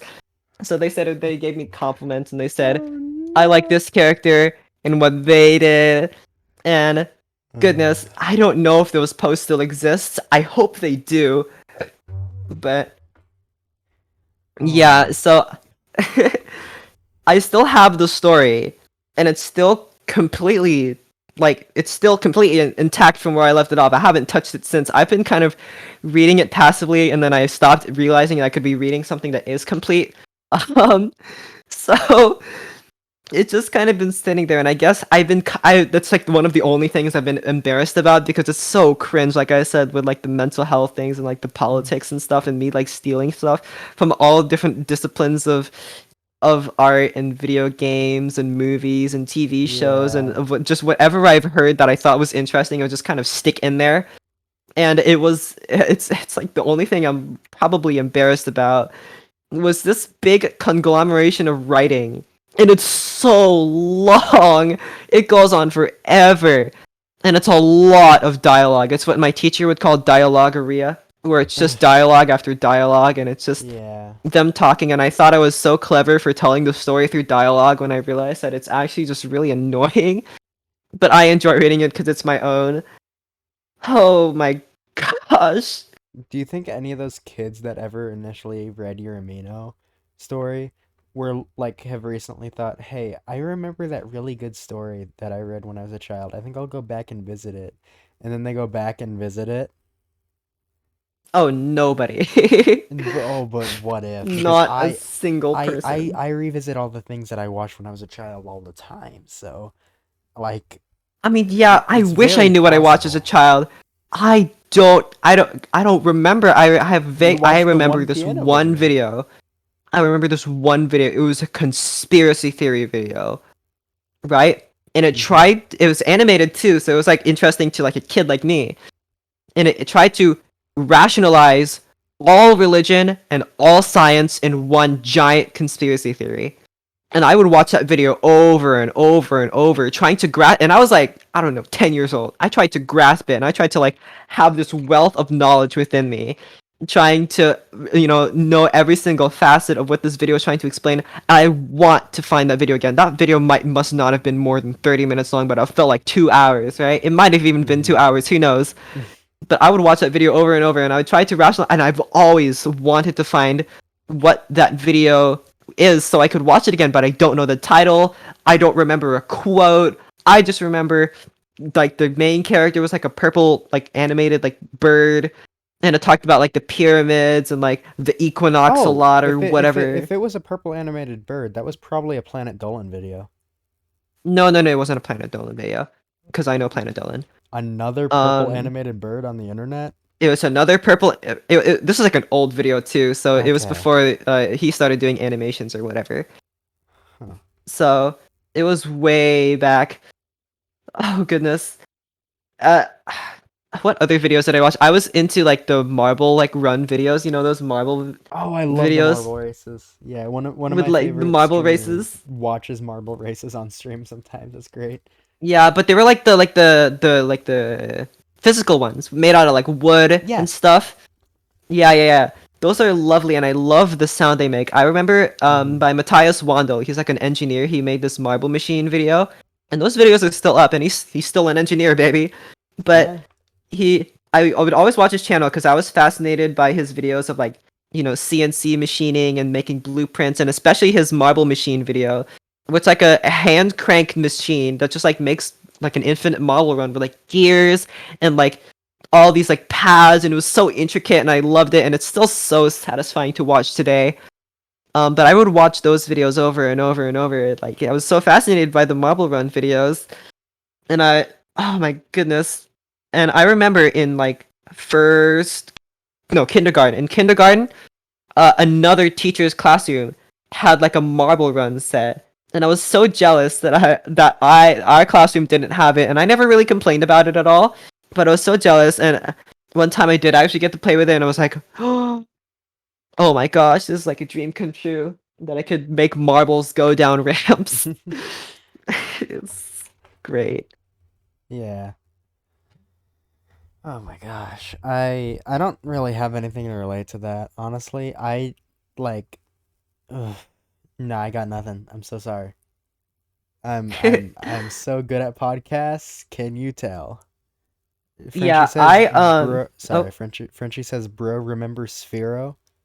okay, Frenchie.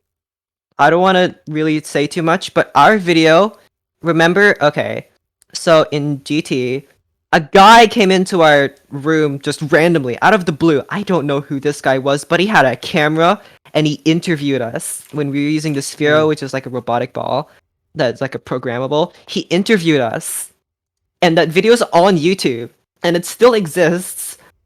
Um, and you could watch it right now, and it's just us, and I got the most watch time, by the way, because I gave the most interesting answers because I'm very talkative, as you can tell. So Oh, i really? gave i gave the most interesting answers, and I was featured the most in the video, and people, I didn't really know that because I wasn't really aware that I talked a lot at that point, but people pointed out to me like, hey, you have like the most screen time in this video, congratulations.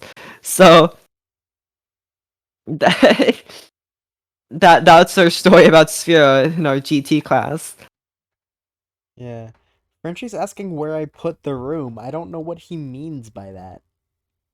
He was in the wrong server? What? What is he Oh my saying? gosh. I don't Probably Discord. understand. I don't understand. Oh my I gosh. remember when I never asked for anything as a kid. I don't ask for anything because I feel bad if I ask for something. So I feel I that. really, really, really, really, really wanted Minecraft for the PC. And I never got it because I never Oh asked no. for it. So I would always like go I would always watch Minecraft content. I would watch like the Minecraft trailer, which is why that's very nostalgic for me because I was always watching. I was like, I wish I had this game. And I would Yeah. watch people's like Minecraft like mod reviews, and I'd watch like their let's plays, and it was so special. Those YouTubers are gone now, either canceled or they're just not making content and actually having a life and wife and kids now. But Yeah. I used to watch a lot of Dan TDM and Sky Does Minecraft. I know Sky yeah. Does Minecraft doesn't make content anymore. I don't know if Dan Oh, TDM I still wonder does. why. Yeah, he got big time canceled, didn't he? Yeah, he got really into drugs and domestic abuse. Yeah. Oh, yeah, I didn't know why he was canceled. All I know was that he was. Maybe it was best that he didn't tell you. Yeah, Sky Does Minecraft himself did not tell me why he got canceled. Yeah. I had to Yeah. kind of gather that from other things. I know Dan TDM, he ended up marrying his wife and he has at least a son, and I don't know if he still makes content. I'm gonna I think check he does. actually. He does. He does. He was like interviewed recently about it too. So he's still going. Um, I used to watch Gary's mod videos, but only from this one channel. I only watched it from Venturian Tale. I Oh would my only gosh, watch yes. his Yes, yes, Gmod yes. content. I would always watch his like Doctor Who videos and stuff because Yeah, I yeah, like yeah, that. yeah. I And I watched a lot of watched, his yeah, paranormal and then he investigative got videos. canceled too. Yeah, he But also got canceled. it wasn't really his Everyone fault here because it should was because watch of his him, Shirgi. upbringing, really, because he Yeah, was raised in a cult. I remember watching like the responses from all of his co-hosts or whatever. I don't remember what they were, They but were he his said that siblings. They were his they were his siblings. siblings. Okay, yeah. I remember I wanted to say that, but I wasn't sure. I remember watching all of their response videos, and I was just like, "What the hell?" Like I don't. Ugh, I hate that all of my YouTubers I watched as a kid don't like either got canceled or just don't make content anymore. Oh, by the way, Dan TDM, he hasn't made content in a month because he had another child. I guess that's fair. Right, yeah, that's very fair.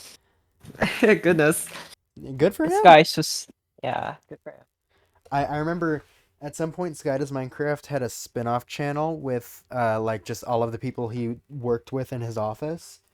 And I would watch a lot of that. That's actually there was a guy who was on that. I don't remember his name, but he had a hairstyle that I really liked, and so I ended up copying it, which required one part of my hair to be pretty long, or not pretty long. It was relative length, but that's actually that. Me watching Sky Does Minecraft eventually led to my hair being the way it is today. So Yeah, I was about to say. because I grew out that side and then I was like, okay, but I kind of want to grow out the other side. And then at some point I just stopped cutting my hair, and now look at me now. Not stop cutting I my. I guess. get haircuts. I just don't cut it short anymore because I like it better this way. What do you think you would look like with short? Do you think you would I think I like would look legit like it? bad with short hair. I don't. I would not like Do it. you really think so? I mean, I think so. I know you kind of get like a short hair thing when I put my hair up, which is what I do most times, or not no, anymore because I'm I don't kind of like shave. imagining it right now. I don't think you would look bad at all. I think But I I think don't you, think I would look good. I think I look better with long hair, definitely. yeah, I think you're just too used to it. But for like me, I think you'd be fine. But I Mm-hmm. don't know. But yeah, I looking back on how I used to look with short hair, I didn't like it, or I don't like how I looked. But I definitely prefer long hair anyway because you can do more with it. You can put it up or you can put it down. That's fair, I guess. Speaking of hair, Yeah. sorry, I've been thinking this for a while. The photo that we're using for you, your hair, like the front hair, looks like noodles to me, and I really like that. Does it? It's making me hungry. I mean, you can blame Squid for that. I do blame the squid and the mint all the time. Blame these squid. I also like how the eyes are like slightly a bit too far to the side of the head, so it's kind of like wrapping Oh, around I the side of the just head. noticed. Why would you say that? It's kind of like Oh odd. no. I never really wanted to say that, but it's something like Wait, it's Axo, you're drawing Shirgi right now as a warm up? That's awesome. Why do you everyone that I like every artist that I've known has drawn Shirgi at some point in their life. Like well, it's cuz Squid it's a very stock character. yeah, Squidmint drew you, Bella drew you, now Axo's drawing you. I've drawn you at some point, albeit not very well, but I've drawn Well, you. I've drawn me too. Oh, that's crazy. Axo does draw everyone, that's fair. Um, literally combined two characters and made it different. It's wild. Oh yeah. Would would you like to tell the story of Shirgi's creation for the podcast? When a man and a woman love each other very No, much. no sex on the podcast. No sex on the Uh-huh. HatCast. HatCast rule one: no sex. Rule 1. Yes. We had to abandon it because someone tried. No. We had to abandon the Epic Gamer HatCast. No, that's not why we abandoned the Epic Gamer table. Can Because you we can you grew guys talk up. about the PlayStation 2, please? I've never had a PlayStation 2. I think I did, but I don't remember it. I think we had Guitar Hero, and I don't remember even playing it, so I can't even give input. Shiggy, would you be It's upset Rock if Band. I read the Wikipedia page for the PlayStation 2? Yes. You would be upset. Okay. I'm so upset. No. Listen, I don't want another burger incident. Do you remember the burger incident? I remember it. Um I you whatever. don't. You probably don't. I we were playing um we were playing Roblox in high school, and I I was dressed up as a burger, and so I just kept saying burger. And you said, "Hatboy, if you say burger one more time, I'm gonna mute you." And I said it, and you muted me. And I thought it was just gonna be, yeah, you're muted for the rest of the stream. No, you had me muted for 6 months, Oh, and nice. I was so sad, cause like I was trying to talk to you and you just never said anything, and like I was devastated by that, and I don't understand Burger. how, like, I don't know if you just forgot or if you did it on purpose. I know you probably don't remember what your reasoning was. I think I do because this was 2020 and I Mhm. was down. I was like so mad at the world for like existing. I'm just like I just feel terrible and I don't know. That's probably like my reasoning why I just felt Mhm. mad at everything. And you could tell if you well obviously the server doesn't exist anymore, but the old server we had, I was like Yeah. so mad all the time. So that was probably my reasoning Yeah. why I felt that way. I don't Looking know. back on it, I kind of wish we didn't do what we did to the server, cuz all in all we lost contact with a lot of good people. But, it it can't undo what has been done. I think it was definitely like the reason we did it was definitely like mainly just because we were mad. I don't remember why I was mad. No, it's because it was funny. What are you talking about? It was No, don't say funny. that. That makes you sound heartless. But like, No, it was funny. Goodness, are the you funny kidding? for I wasn't you concerned maybe. at all. I it literally I forgot we were doing it, and so I was live streaming when it happened. That's amazing. Do you still have that? Please tell me. Yeah, I edited it into a video. Actually, that the stream that happened, I edited it into a video. What happened? Am I allowed to disclose this? Do you? How I about we talk about something else? So, okay. Can I talk about it while being very vague? I don't think it's a good topic of discussion. Probably not. I'll talk to you about it later, maybe. Um. So, Shirgi, why does Frenchie call you baby girl? I don't know. It's like one of the first times he's ever. In fact, I don't like that you're calling me baby girl. That's. I thought you were ace, bro. Don't call me baby girl.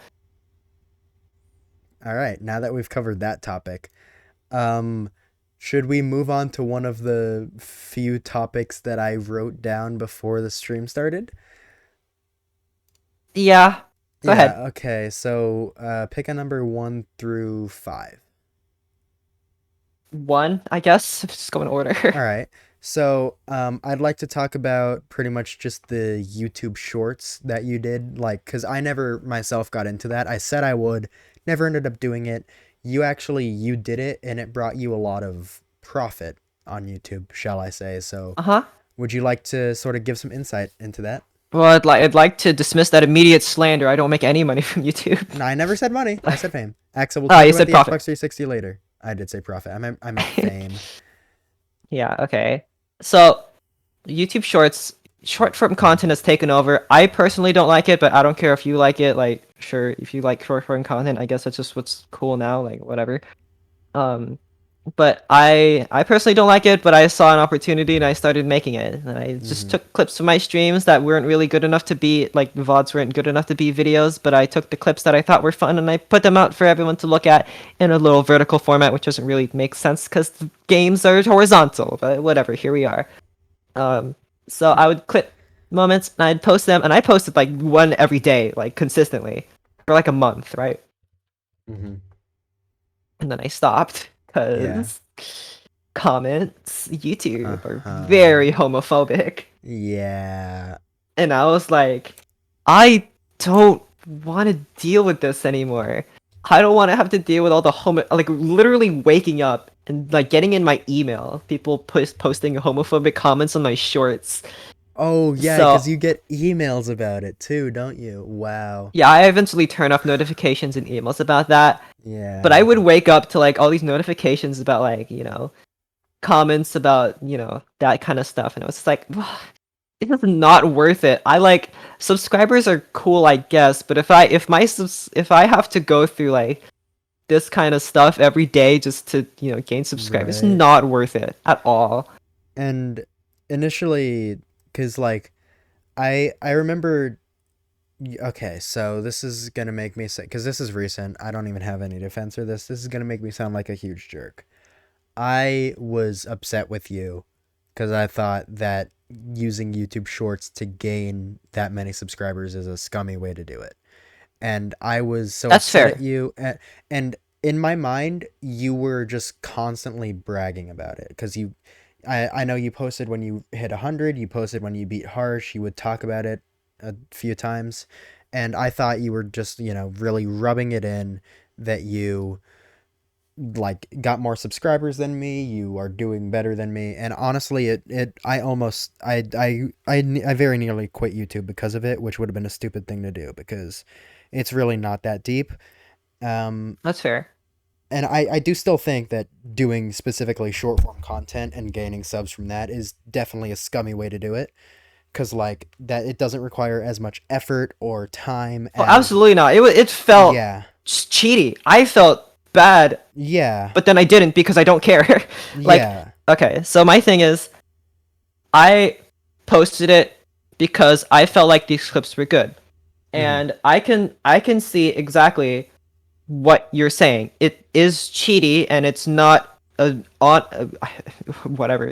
This sounds so presumptuous, but it's not an honest way to earn subscribers. Yeah, But then again, I it's. don't care what you Yeah, think. It's my channel. I do what I yeah, want. If you no, don't like it, you don't have to watch it. and that's So fair. that's just my thought process. And I was so mad. I actually had you blocked for a little bit.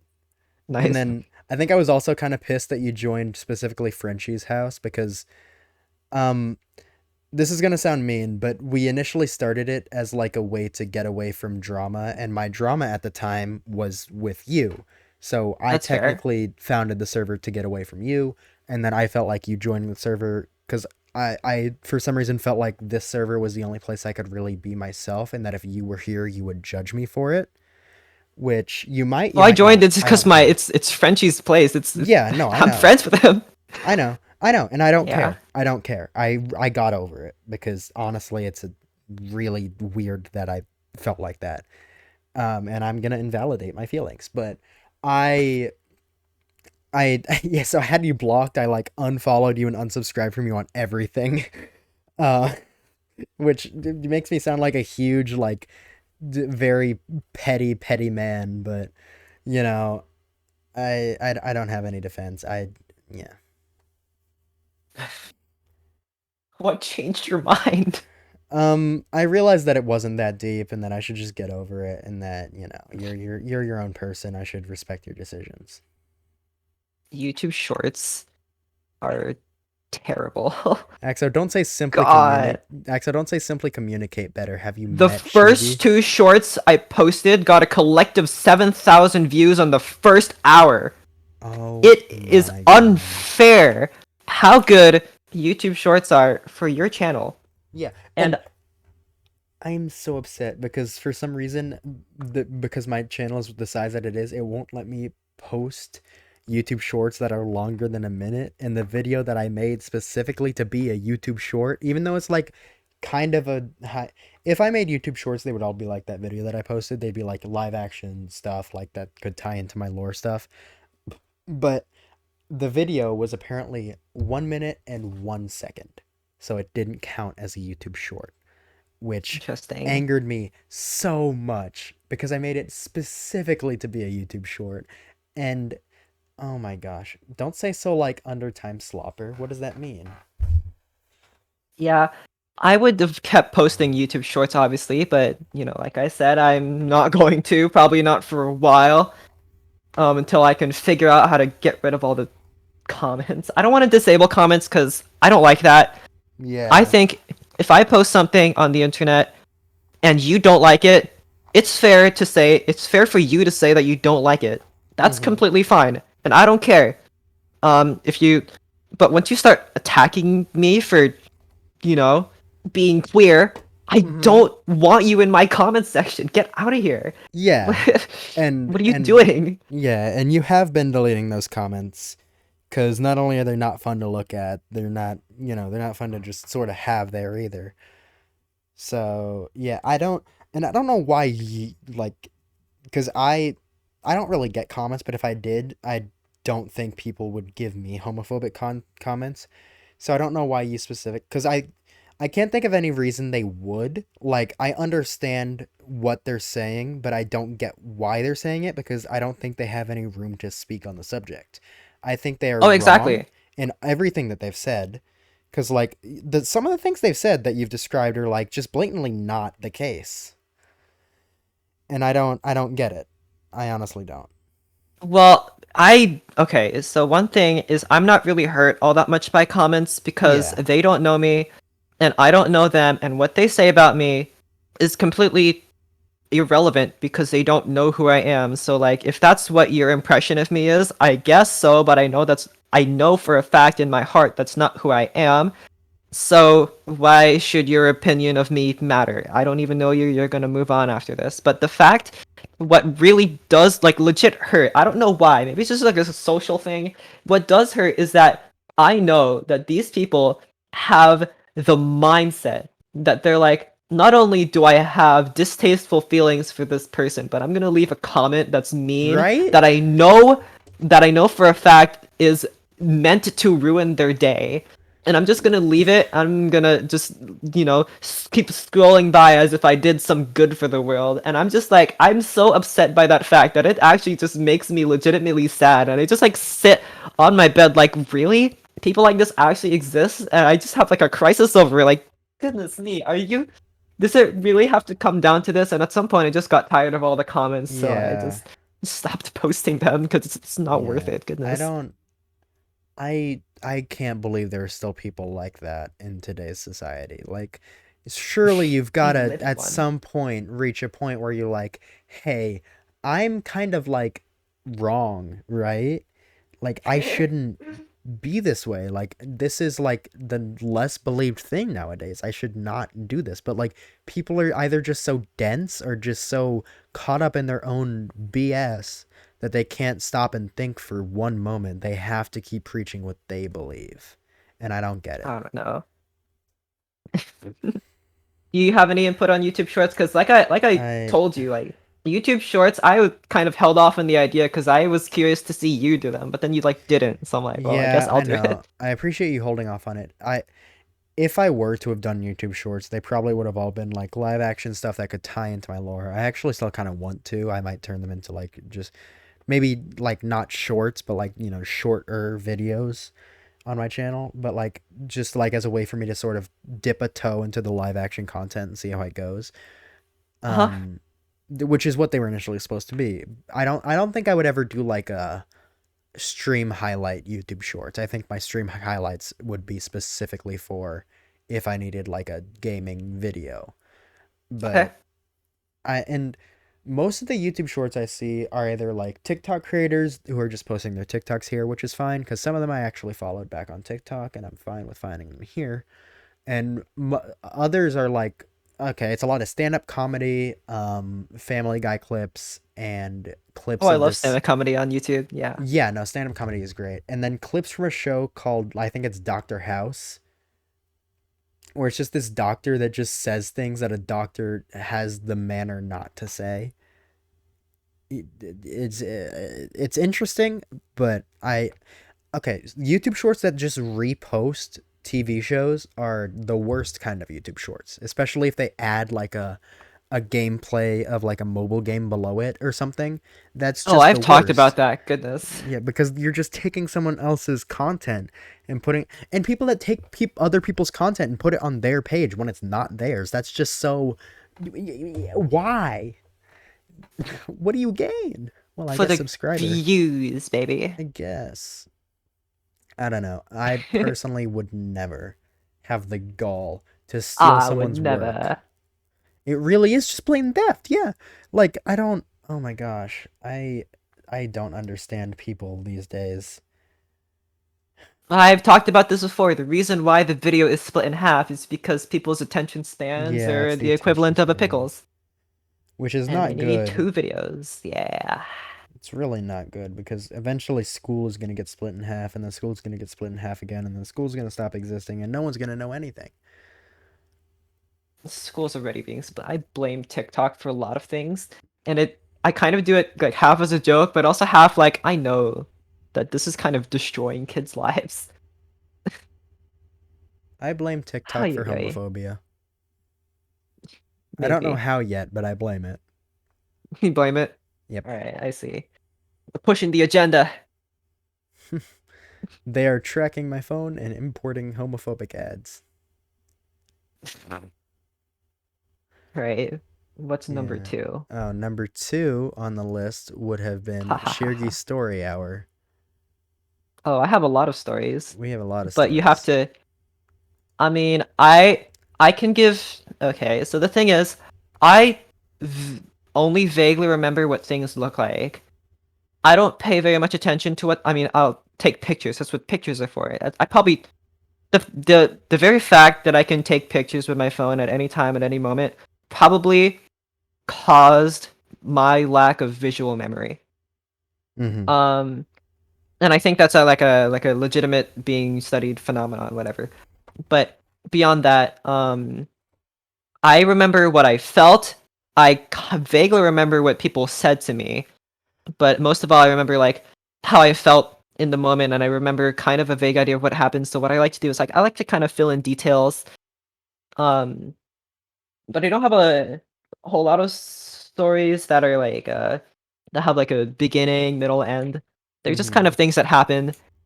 So I guess you could just kind of have to prompt me, but we can All move on to right. number three. Yeah, Shirgi Story Hour will be a thing that happens when it happens.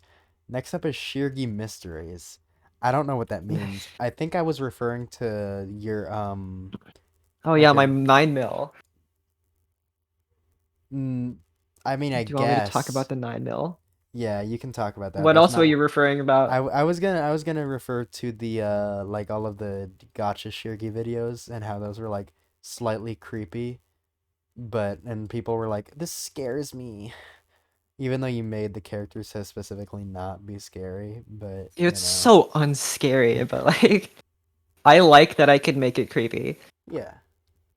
Anyway, But the 9 okay, mil? so I'll talk about the bullet. So I was sifting around my couch, going couch searching for some change, maybe. I don't know. I was just cleaning out the couches, because they're dirty and they have to be cleaned. And I found a 9 millimeter bullet. Not a case, a bullet. Like, unfired, untouched, just a bullet. And it's 9 millimeters. I measured it because I don't really know my bullets all that well, so I measured it. It's nine It should millimeters in say diameter. if you look on the It does say, yeah. does it? It should say on the place where the Oh, striker it would hit the bullet, it does. should say 9 mm. Oh, it does, yeah. I didn't really think of that, but I had, well, I have a tape measure in my room, so I'm like, oh, I can measure it. So I did. It is 9 millimeters. I can confirm. The embossing on this bullet is correct, but I just found it, and I have no idea how it got there. And I'm a little concerned about how I got there. Like, obviously, where we live, we own weapons, but Right. like in the couches, like what the heck? So I kind of wanted to ask around and see who's been to my house and see who like left it here, but I also kind of want to keep up, the mystique. I want to keep up the Mm-hmm. enigma of how a bullet got there in my couch. So it's just been kind of sitting on my desk, and it's been like a week or two. So that's my bullet story. We love the bullet story. Yeah. Um and that's and I mean I used to have bullet casings on my desk. I don't know where they went, but because I fired them and that was a good memory for me, so I wanted to keep that. Um, but I think definitely just finding a bullet in your house is definitely like either really concerning or really like not the opposite of concerning, like reassuring, because that means that like Reassuring. why the fuck y'all just have anime? No, I have casings. I don't have actual bullets. But if I do. yes, we know reassuring in the way that like not you could make the argument that someone in your house has a gun, which means that if someone were to break and enter on you, someone in your house has self-defense. Yeah, but this You're is like a single bullet. well, It's right, just but it one. could have just fallen out of their pocket. Maybe. I don't know. I don't really want to rationalize it because I like that it's like I don't know. Yeah. It's kind of And a mystery that's bullet. cool. And maybe it came from the sky. Who knows? Yeah, you know, it fell through the roof. Spontaneous combustion, but the opposite. Yeah. Not convention because it's a bullet and it did fire. True. Yeah. Right. What's your next thing on your list? The next thing is why I stopped YouTube streaming. And the next two things are about me. Yeah. That's fair. So It's your why cast. it is my cast, and I do want to touch on it because I'll probably make this into a video. So and I'll split it into two categories: YouTube and streaming. Why I stopped YouTube is I've just been kind of burnt out, and I don't deserve to be burnt out. I don't do a whole lot, but like I've got things I do in life. I'm taking college classes. Yeah, I don't I think have a it's job. I have burnout. I think it's just like demotivated because I'm you think other things are demotivated. more important. And yeah, and I have a job. I'm getting ready to have surgery. I my birthday's coming up. I'm getting ready to do a lot of stuff there. And just a lot of stuff is happening, and I don't feel like I have the time or the like effort to put into a video that I'd like to put into a video right now. And the same kind of goes for streaming. Like at the end of the day, when I get home, I kind of just want to sleep. I don't really want to Well, hop on absolutely. and like play games and talk to people because one thing that I've noticed is that if I'm playing games by myself, I'm actually just like pretty really good at games. But if I'm playing a game and I know people are watching, I will be really bad at the game and I don't know why. And like It's pressure, yeah. yeah, and the last thing I want to do at the end of the day is to go on the internet and stream myself playing a game and then be bad at the game and then feel bad for being bad at the game and like exhaust Oh, myself even more than I already am, especially when I oh, get is off that how work you at like feel? 9 p.m. But yeah, Oh, so and I went I'm I'm about to I'm considering quitting my job just because of general things and I can talk about that. And you know, that's fair. it's Complain all you want. People hate jobs. yeah, and I can't really work around my surgery. That's just something that has to happen, and I can talk about that as well.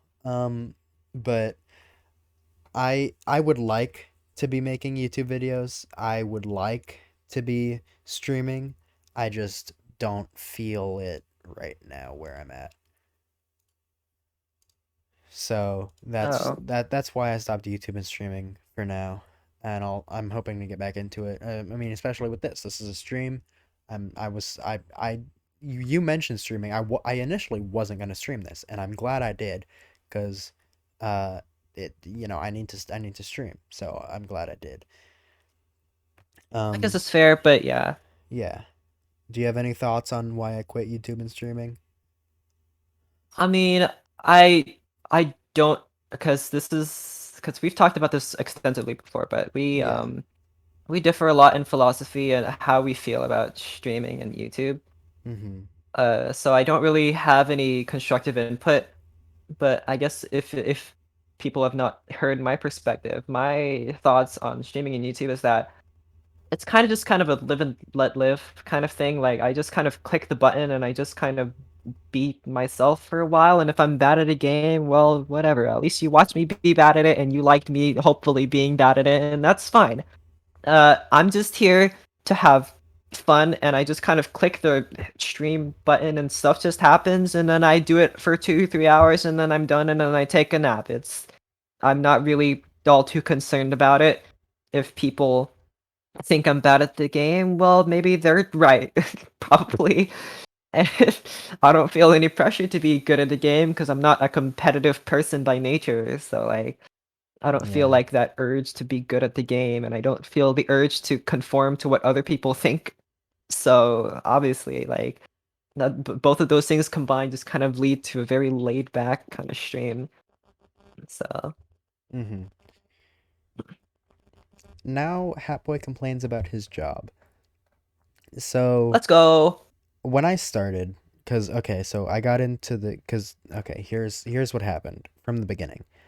My uncle was here like before Christmas break, and he was like, "Hey, so I can get you a job at my restaurant because his dad owns the restaurant and he's like training to own the restaurant when his dad retires, which is really cool.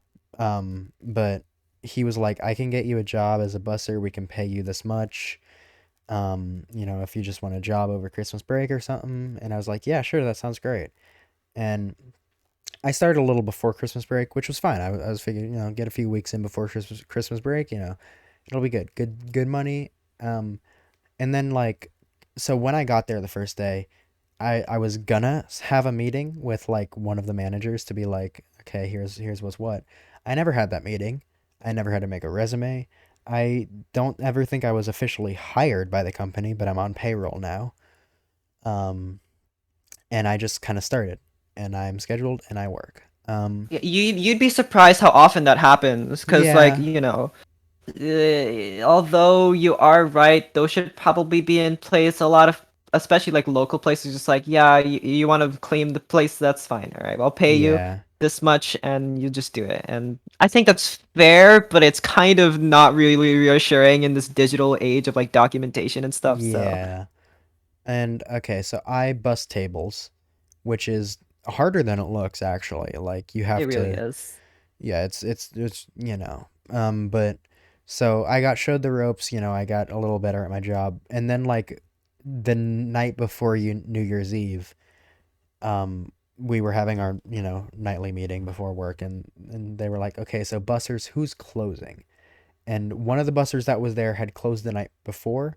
One of them had a gig that night, and so I was like, if you can teach me how to do it, I can close tonight, just so you know, because you closed last night, you're gonna have to close tomorrow night." And then they were like, "Yeah, great, we'll show you the ropes." And then every night since that night that I've worked, I have closed. And I'm like, I said I would close for you once, and you have taken that inch and you got a mile out of it. And honestly, if they keep doing that, I'm considering just quitting because honestly, it's a lot of work and I say that I'm happy doing it, but I'm not. It's like it's not something I'm passionate about. I got no friends there because apparently now I'm socially anxious and I don't want to talk to people because I'm afraid I'll say something they don't like and then they don't like me and then they don't like working with me. And then I'll be that guy that people don't like working with and I don't want to be that guy that people don't like working with. And so then so I have no friends there. It feels like it takes forever, even though I only work like 4 or 5 hours a night. It feels like forever. Um, and I don't know. I get so tired from doing it, and I can make the same amount of money working with my friends at a pizza joint that I can here with no friends, you know. And yeah, so Yeah, I think that's it'd where I'm be, sitting. it's definitely completely fair to switch if you think it'll be better for you. Yeah. I think Frenchie, you say or sub. Frenchie? How much money does Subway pay per hour? Give it to me I straight. don't know if you should ask that. Give it to me straight, Frenchie. Not enough? That's great. Really selling it there, Frenchie.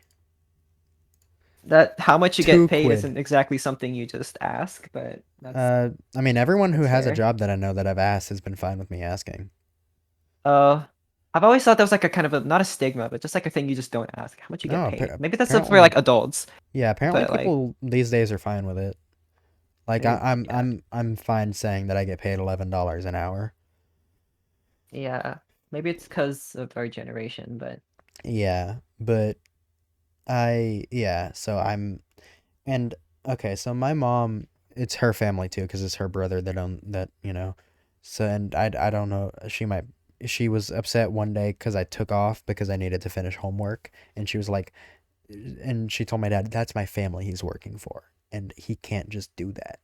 But like, I don't know what she wanted me to do, fail. I don't know, but so I feel just like get she'll be, good. yeah, I feel like she'll be upset if I quit because it's her family, but also I physically don't think I can do this right now. Maybe, in a few years' time when I'm like, chilling, get a job, just go in every so often, make some money, you know. But right Well, of now, course we know she's listening to this either through the YouTube or the Twitch. So A, hello, and B, you yes, should let him go. of course, my mother is up at 3:30 in the morning listening to my podcast. Of course. Yeah. Do you think she would? No, she doesn't watch Not any of like my at stuff. 3:30. Oh, darn. Good. Actually. Yeah. Um, but yeah, I don't know. I'm considering it because I could work at somewhere where I actually like, I could make pizza. That sounds pretty cool, and I've got friends there. Actually, like half of the Yeah. staff there, I'm friends with, so that would be I'm pretty pretty fun. sure, like, I don't know if this is completely true, but I think it probably is to an extent. If even if you don't like the job, if you have people there that you like, you're gonna stay. Yeah, definitely, and I feel like it definitely because I think what I've noticed is that when I'm hanging out with people I like, time seems to pass faster than You like it a lot more, like especially in yeah. school. If you have friends in Mm-hmm. your class or you enjoy Yeah, the yeah, yeah, teacher, yeah. but the class is boring, you're still gonna like it. Right? Like in my geometry class, I don't know anyone in there, but I still like I finish the work and then I'm just on my phone the whole time because Yeah, I'm the smarter class is than I'm smarter than to be yeah. in regular geometry, but here I am. Mainly because I just don't like doing math, but I also do the notes ahead of the I teachers, hate so math. I hate doing math, but I'm so good at it. Oh my gosh. But yeah, and then I if I want to talk about my surgery, which I think I will, I'm having surgery in let's see, it's the 22nd, 9 days. I'm gonna make a sweet Markiplier video about it. What I was gonna do actually, I was gonna post a story on my Instagram and I was gonna be like, going into surgery, wish me luck. And then for that entire week of recovery after, I'm just not gonna be online at all. You should say like I'm gonna turn like into like a dog or turn into like a dragon with my surgery. Something Okay, wild. so I've been making a joke and I think it's probably a joke that could get me canceled. Um okay, so I'm getting gallbladder surgery and the gallbladder is like right below where your ribs end. So it could very well be considered the top of your torso. And so I've been making a joke that, and I don't make it in any mean or like mean way. I make it as it's for the funny rather than for the mean, and I don't mean anything by it. I've been saying that Getting top it's surgery. yes, that's what I've been Gosh, saying. goodness me. But they're not actually going in through my torso. They're going in through my belly button, so I can't even call it top surgery. Belly button's kind of the bottom of your Middle torso, so I surgery. got yeah, that's what Axo said or Frenchie, one of Oh them. my gosh. But I mean, the belly button's kind of the bottom of your torso. I could say I'm having bottom surgery, but no, Oh my I'm having gosh. middle surgery. Yeah, you should say you're having middle surgery. What does that mean? No one knows. Liposuction. They're trying to take Anyway, something out of me. yeah. So pretty much, my organ don't work the way it's supposed to, which is just, and apparently it can just happen. Like it can just happen with no cause, which is what happened to me. And I mean, it might be hereditary because my dad had his gallbladder out, but it sucks because every time that the symptoms happen, because okay, so if you don't like someone discussing like gross kind of topics, I'd recommend you stop listening for a little bit. But pretty much what happens is like it's like kidney stones, but in your gallbladder, where like the bile, because the gallbladder stores bile to help digest fat. Um, but it like the bile will like solidify, and if it's too large, it'll have trouble getting through the gallbladder, and it'll like cause immense pain. But like every time it's happened to me, it's gotten worse, and I've been like doubled over in pain, crying, and I only just went to the ER when I was at work because I had to leave work because I was crying, and I they were like, "Yeah, you should probably get this out because if this has been happening as since last summer or since the summer, which I don't know if you remember, Shirgi, but this started during the summer when we were like doing things, and I had to like yeah, anyway, but um they were like, "Yeah, you should probably get this out." And I was like, "Okay." And that was like a month ago. So it's taken about a month for the US healthcare system to do this, and I've had more since then. And also I I am apparent mean, yeah. this also puts me at risk of jaundice, and my gallbladder could just burst and I could die, which is fun. Interesting. So you better Um take it out. That's what I'm yeah, no, gathering. yeah, exactly. Jaundice and pink eye? Yeah. Um How- huh. but yeah, so I'm getting it out, and I'm gonna be a lot happier when it is, because apparently the gallbladder is just not necessary, because the liver, or I think it's the liver, can just store all the bile and create all the bile. It doesn't need the gallbladder. It it I literally guess. it the body is literally built to function without a gallbladder. It is one of those things that you just don't need if it is causing you Probably because it's grief. died so much over the years. Yeah, which honestly, that's if we have to evolve the gallbladder away, I think we should. I If don't it know can't, what we haven't yet. Like we still have the appendix. That thing isn't doing right? anything. Like, why do we have organs that can just combust inside of us? That's such a. Ugh. Why do we have Darwinism, maybe. unnecessary organs that can explode? I don't. I don't know. It's like a ticking time bomb. Right? And we have multiple: appendix, gallbladder, kidneys. Yeah. Our kidneys are useful. Don't need them. Frenchie said Don't it's a need them. surprise. Get rid of the little black beans. Yeah. Anyway, so yeah, that's what's happening over in HatBoi land. I think I've only had surgery once, and it's because I like fractured my arm when I was like a little, a bone in my arm. Mm-hmm. I don't think I've had like major surgery since. I mean, okay, I've had like dental stuff, but I don't think that really Yeah. counts as surgery. I've never had surgery before, so this is like a big thing for me. I mean, it is kind of a big thing, but like you'll fall asleep and then you'll wake up and it'll be Yeah. done. So Honestly, I'm concerned because I don't get enough sleep, in case you couldn't tell. But I'm concerned that they're gonna put me out, and then they're gonna do the surgery, and then I'm gonna sleep for like 18 hours. And so they're gonna be like, "Fuck, did we kill him? What happened? Is he in well, a they're coma gonna now?" yeah. I mean, they're doctors. They know what they're I doing. know, but like, They know you're like just a stupid kid who hasn't had enough yeah. sleep. And I'm probably gonna wake up feeling the most well rested I've ever felt. I wonder if they'll let me see my Yeah. gallbladder. Because weirdly, oh, they probably will, obviously. like, Yay. like when you get like disgusting like teeth out that you have like, Uh-huh. because I've had that before, like baby teeth that were just like stuck. Mm-hmm. So I've actually Yeah. had to like take them out, just look at them, and it's like, even though it'd be gross if it was someone else's, it's fascinating because it's yours. Right. Yeah. And so you'll probably feel fine doing it because like, well, it's mine. Yeah. Um, Maybe I'll keep it so in a jar on my desk. I won't do that. maybe That sounds gross. that'd be This is cool. this is where I Your, eat food. this is my gallbladder. This is where I eat food. I don't want to look over and see my failed organ. Eat my gallbladder. No, I don't want to eat Or your you can gallbladder.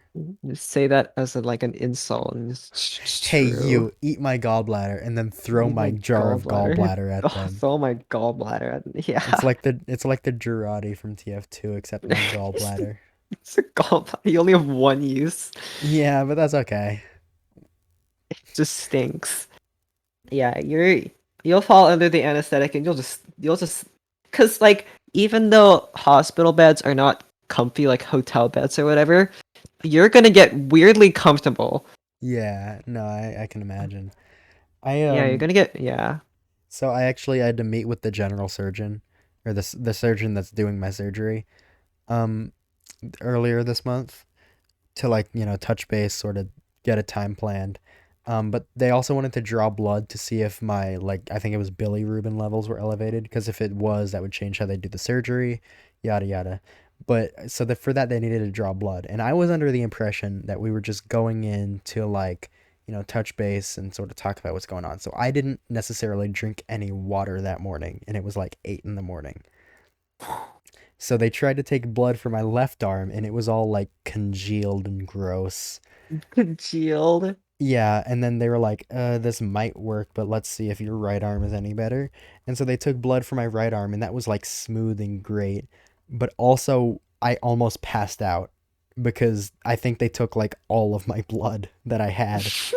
All And of it. yeah, I had to be like, yeah, can I get a glass of water? Do you mind? And Oh like my gosh. they gave me a cup of water and they gave me a sucker. Hi, EXO. Sorry, EXO got back.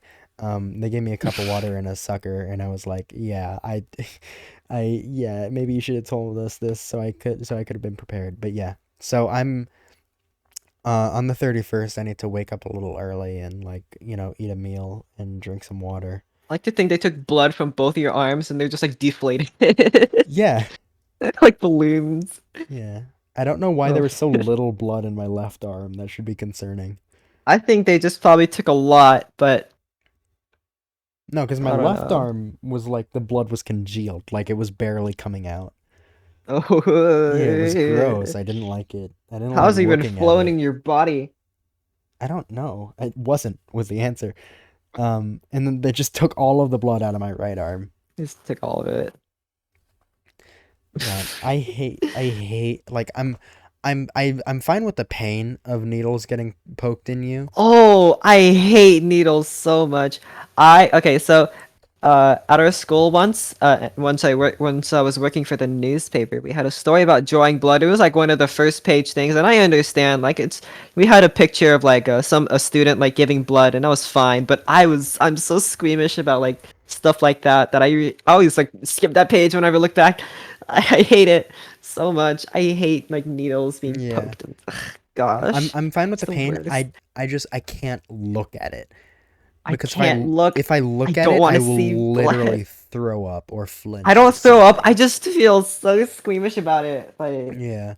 I But like like I don't know. hmm. Also, I've been wondering this. I wonder if the anesthesia will like give me a weird fever dream. That'd be Uh, funny, I think. I don't remember having like a weird dream anytime I was under any kind of like drug like that. I mean, the last time it was during a dental surgery, so I was awake during it. Mm-hmm. So Yeah, Axo said he likes looking at the needle come out. It's interesting. I mean, that's fair. I mean, I just don't like needles. It's just me. My favorite part was when because they took from both. Oh, the blood come out, not the needle. Okay, that makes more sense. That's But fair. when they took from both of my arms, they had to put like bands or like how they wrap the medical gauze around to hold the like the The piece blood in of place, yeah. no they put the piece of gauze when they're done. They put the piece of Oh. gauze where they drew from, and then like tie a medical band around it to hold it there. Yeah. Oh, I'm getting chills just like Well, okay, so talking what they about did, this. they gave me a blue band on the left arm and a red band on the right arm, and I felt like a superhero.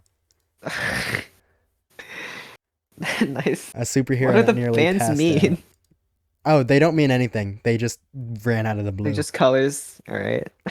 Interesting. Yeah.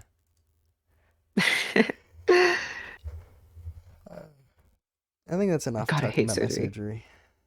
I hate surgery so much. God. Don't want to I'm ever get another surgery ever. I've never broken a bone. How did you break your bone? Okay, so I was like super young and I fell off the playground.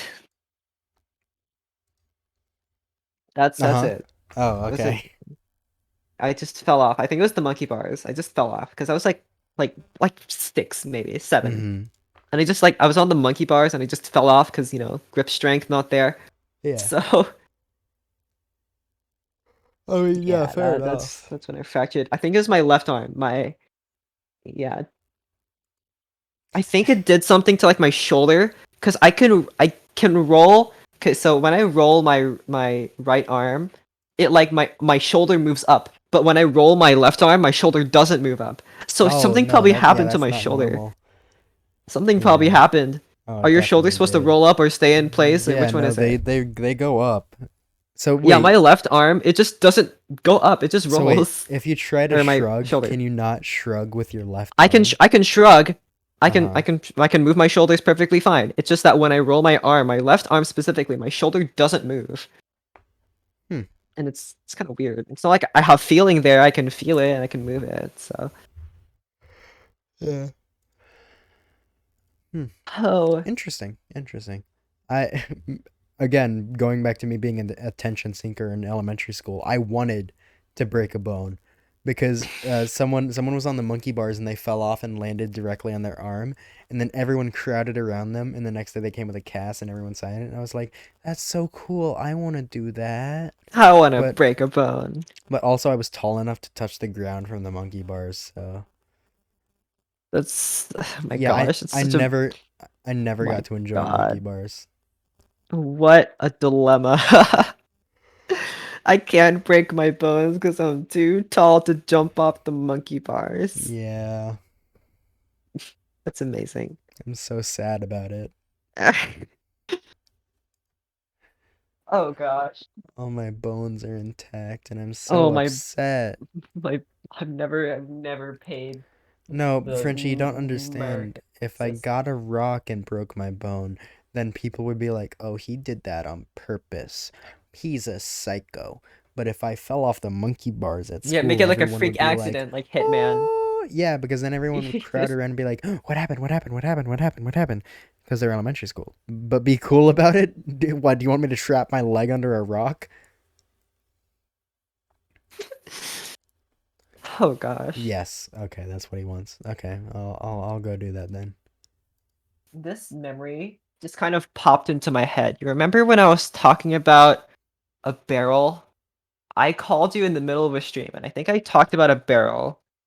Do you remember what that barrel was called? No. I called you in the middle of the stream. I think it had something to do like you and like uni something. It was a barrel, and I called you in the middle of the stream. I distinctly remember you were like in a call with, like Frenchie and I think Memstars, and you were streaming, and I called you, and it was you said it was like evening. For me, it was the morning. Like the sun was rising. Oh, yeah. Right? I was standing outside the hotel we was staying at. And I had just had breakfast and I'm like, I guess I'll call you because like I don't really have anything to do right now. Mm-hmm. So I don't know, that just came to me because I keep thinking like I remember standing outside. There were other people outside too. I think people were like having a smoke or something. Mm-hmm. So, and I remember outside the hotel, it was like a very bizarre looking hotel. It had a bunch of like colors and it was very like boxy, but it like boxy in like an artsy way. I remember Mm-hmm. inside the hotel, they were like beanbag seats or whatever. It was kind of like childish or childlike. And then to the right, there was the eating area where all the kids were, and then in the front, obviously, it was reception and the kitchen, and then somewhere by the elevators in the back, there was the bunch of German, but they were in English because it's for tourists. So there were like brochures about places to go and things to see and coupons and stuff. Mm-hmm. I remember that hotel specifically. I can't tell you what the heck it was called. I remember it was an okay hotel though. Not because I think it was like an airport hotel. It wasn't like it was a hotel name that was in English, and I still don't remember it. Nice. I stood Yeah. outside, and I distinctly remember seeing a bunch of like apartment buildings to my right. Um, and the bus like somewhere like out in the parking garage out front and to the left. And I just called you because I had nothing else to do, so I was just like, "Hey, did you know like it's morning? Where are you? You should be here at breakfast." And you're like, "I'm streaming. Excuse I was playing me." TF2. Yeah, I remember that one. Oh my gosh. Yeah. And I'm so bored because it's like 2 hours that we had to prepare, and I'm like, I eat breakfast in like 10 minutes, alright? Yeah. What do I do? I got this is gonna sound like weird, but I got really sad when school started and you like stopped texting me. Because that was Nice. like pretty much what I was doing during the summer. I talked to you a lot, and then I don't know. I guess I just like lost something. I don't know. That's fair. Yeah. Frenchie said, then I Gosh. started. Then Frenchie started. He began that day. He just began. We're Yep. not sure what, but he did. Quite cool. Then he started daily. He started daily. He starts Dailing all daily. over the place. All over the courtroom. Yeah. Let's see. Because that's a very distinct memory of that time was in Germany. Writing like I talked about the I didn't actually talk about the bus. So we were on a bus not the majority of our time, but a lot of the time because we were traveling literally through Europe. And living in America, America is massive. So like a road trip, I was used to long road trips, so it didn't really feel like a long road trip, but I'm sure for like Europeans who like had to drive and be on that distance, it felt like forever, and that's fair, I guess. But for me, I was like, okay, I guess I'll just kind of zone out for a while and it'll be fine. And I didn't really listen to a lot of music because my phone had like limited battery, obviously, and we're in a foreign country, so I didn't want it to just run out. So I listened to music kind of sparingly. And I remember distinctly, I sat next to Mr. Toastman's brother. I sat next to him. We didn't have Mm-hmm. assigned seats, it just kind of happened that way. So I sat next to him, and we sat on the bus. It was like I think it was I think it was a white bus. I think our bus just changes kind of. Our driver never changed, but the buses kind of changed up. But I kind of remember a white bus. We were sat on a white bus. It was comfortable, and it was obviously meant for long travels. It had like speakers. It had like a TV. It had all this stuff. Comfortable seats. Like it was meant to be like ridden for a while. Mm-hmm. And I distinctly remember sitting there and watching. Germany is really, really green. At least the places that we passed by, it is very green. There's a lot of trees, a lot of hills, not really mountains, but a lot of hills. Like if you go out into the American like middle Midwest where we are, it's like when you travel through the country, it's like brown, beige, like orange, right? And that's fine. But like when it comes to trees, they look dead, even though they're super alive. They look super dead because they're like yellowing. But in Germany, everything's so green, and it's lovely. That's what I remember, and I remember listening to like certain music because usually when I go places, I listen to like different albums. Not because I do that intentionally, but that's just because how my progression in music goes. I just discover more albums, so I just kind of listen to them over a vacation, and I listened to like a specific album during that vacation, and I'm like, I don't know, something about that just like starts attaching songs to like memories, and that's kind of one of them. I Mm-hmm. remember very distinctly riding a bus, and this is an unplanned location, but it's something that I remember very vividly because it's one of the best things that happened during the trip, and it was completely unplanned. We stopped in I think it's called the Alpines. I might be wrong. But it's like some mountains somewhere down in the mountains. It's something. There's some kind of Alpine mountains. sounds right. That is a mountain range. I don't know if it's the Alps, but it's like they're like okay, whatever. It's not telling me where it is. Whatever. It's just a mountain range. I'm not sure if it's called the Alps, but I think it started with an A. And we went up the mountain on the bus, and we stopped at like a lake. And this, I don't have a lot of experience with like grand nature. I've been to like the Grand Canyon, but that's just like a cliff. This was like, trees, lake, wildlife, mountain, Mm-hmm. all this stuff, clouds, all this sort of stuff. And it was the first time I've ever experienced something so scenic, something that like looked like a stock photo. And I'm not sure what all my friends did. You could ask what they did. I'm not sure. They probably just hung out and said like stupid jokes and walked around and did looked at souvenir shops. But was just kind of alone. I took my shoes off. I don't know why. It might have been like a spiritual thing because it felt I don't know. I just felt compelled to take my shoes off. So I took my shoes off. I left them, and I wasn't barefoot. I was in socks, but because I'm not gonna walk on rocks with this. But I was, for the most part, had shoes off, and I just kind of like walked around, and I don't know. I felt very relaxing to just like be among ducks. I don't know. They're just ducks, and I just followed the ducks around. Just kind of squatted down like I was a duck. Just kind of followed the ducks around, and I don't know. It probably looked very stupid, but I felt very at peace. Just like following ducks around, just kind of watching them be ducks. And the swans, by the way, they were like the antagonists. They were the villains. Swans are the worst. They like try to intimidate you and they'll attack you. So what they'll do is the swans will like they'll just like go up on the beach and they'll just attack you. Like you're not even invading. Like you were there first, but they'll just start attacking you just because they're swans. And the first thing they'll do, someone pointed this out, like a bystander pointed this out. They'll like raise their neck really high, right, as like an intimidation thing. And obviously, like you're a human, so it doesn't really work. But then they'll like start hissing at you, and then they'll start biting if you don't move or don't budge. And I felt so bad because obviously the people moved, but the ducks, they it kept getting bitten by the swans, and I felt so bad for the ducks because they were just being ducks, and I was just watching them waddle around, just like in groups, and it was so cute. But then the swans, like they're the bullies, and they just started like poking at the ducks, just like making them leave because they had power over them or whatever. Oh my gosh. But the swans were still cute, but God, can I not forgive them for being mean to the ducks? But beyond that, beyond like looking at all the ducks and swans, because those are the only animals that I remember being there. There were no crabs, no fish that I can remember. Other people went out swimming. They might have seen fish. They went out swimming in the lake because it's a crystal clear, not crystal clear, but it's a pretty clear lake. For what it is, and it's probably because it's like a completely natural lake. So I just like I found a little part. So on the sidewalk surrounding, not surrounding, but on a sidewalk by the lake, there's like this little part that's just kind of like a chip. So it's like, it looks like someone chipped it, you know. And I just kind of went there, and it was like it kind of went down, and it was just like sand.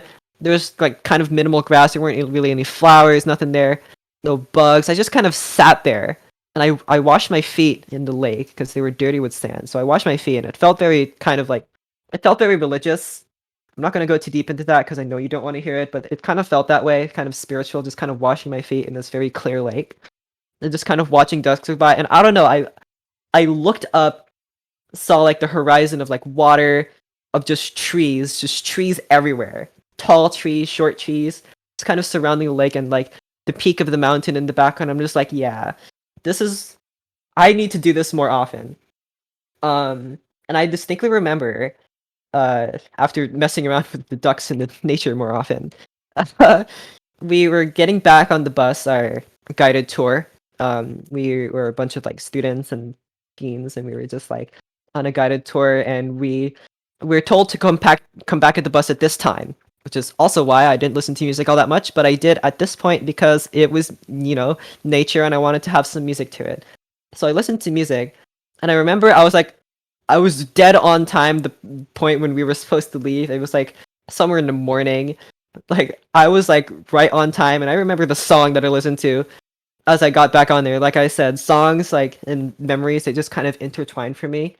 But I remember specifically, uh, this one kid got yelled at because they arrived like a minute or two late, and the reason why the guy was mad was not because they were late. It's because they were so leisurely about coming back.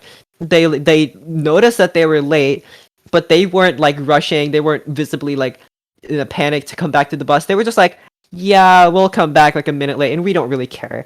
And that the guy just went off. I was listening to music, so I wasn't paying attention, but the guy went off, and I'm glad I didn't pay attention because that teacher is a nice guy, and I know he's a nice guy. But goodness me, just to see the anger on their face was so disheartening. And it was like the last leg of the trip too, so I didn't really want to have like a bad taste in my mouth for that guy. But goodness me, if you're late, you better rush. Yeah. That is my mountain story. So I thought about this while you're saying it. You took off your shoes and then crouched down and walked around like a duck, and you wonder why people stare at you in the hallways. Okay, I wasn't doing that in the hallways, to No, my you knowledge. I that might have that done it. that's how you walk. That's just how you walk. That's just how I am When the you're whole not time. riding your bike, that's how you walk. I'm just duck walking around. I don't know. Yep. I My favorite animal is the duck, by the way. I don't know if you Hmm. knew that about me, I did not but know that. even before then, ducks are my favorite animal. I don't know. I just think they're very cute, and they just kind of, every time I see ducks, they just kind of exist peacefully. And I don't know, something about that is very endearing to me. They just kind of exist peacefully, and they don't really hurt anyone. People only hurt them, like the swans, the stupid swans. So Hmm. I just wanted to be like, just kind of be among the ducks, just kind of like observe them and appreciate them. for being ducks. Yeah, Because I don't know, I like ducks. They're no, that makes cool. sense. My favorite animal is the hyena, because I think they're pretty cool. Nice. Yeah, that's all I've got to say about hyenas. They're like they tear things They're apart, just and they're they're just like, cool. They're yeah, super no, cool. they're super cool. I They're like cool. them. Some people would think alpacas are my favorite animal, but that is just not the case. Absolutely not. They're up there, but they're not my favorite. Yeah. Another thing about the tour bus was that our tour guide obviously was German, and she would always play German music over the radio, which was fine. But every morning she would play the like a German like good morning theme every single morning, and that's fine because the song was catchy. But like that song is like forever associated with like being on a bus, and I'm not sure if that's a good thing.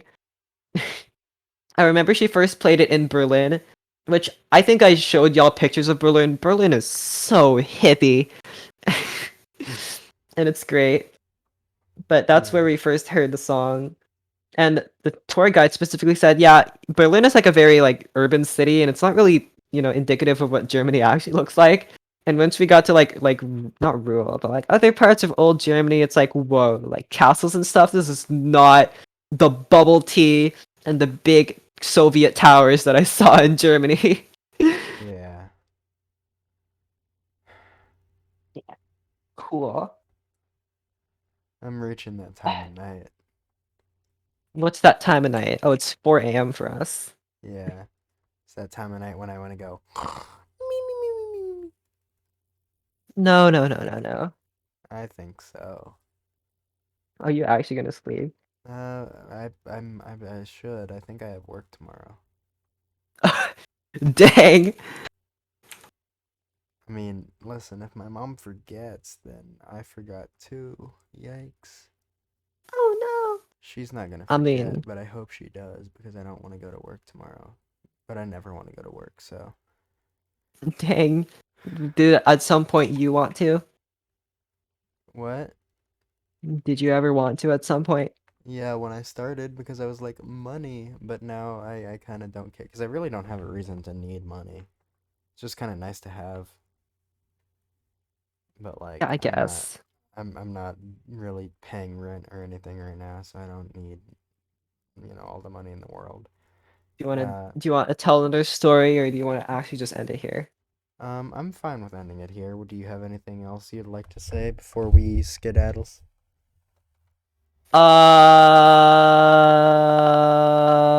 Bye. Dang. All right. Bye. Bye, guys.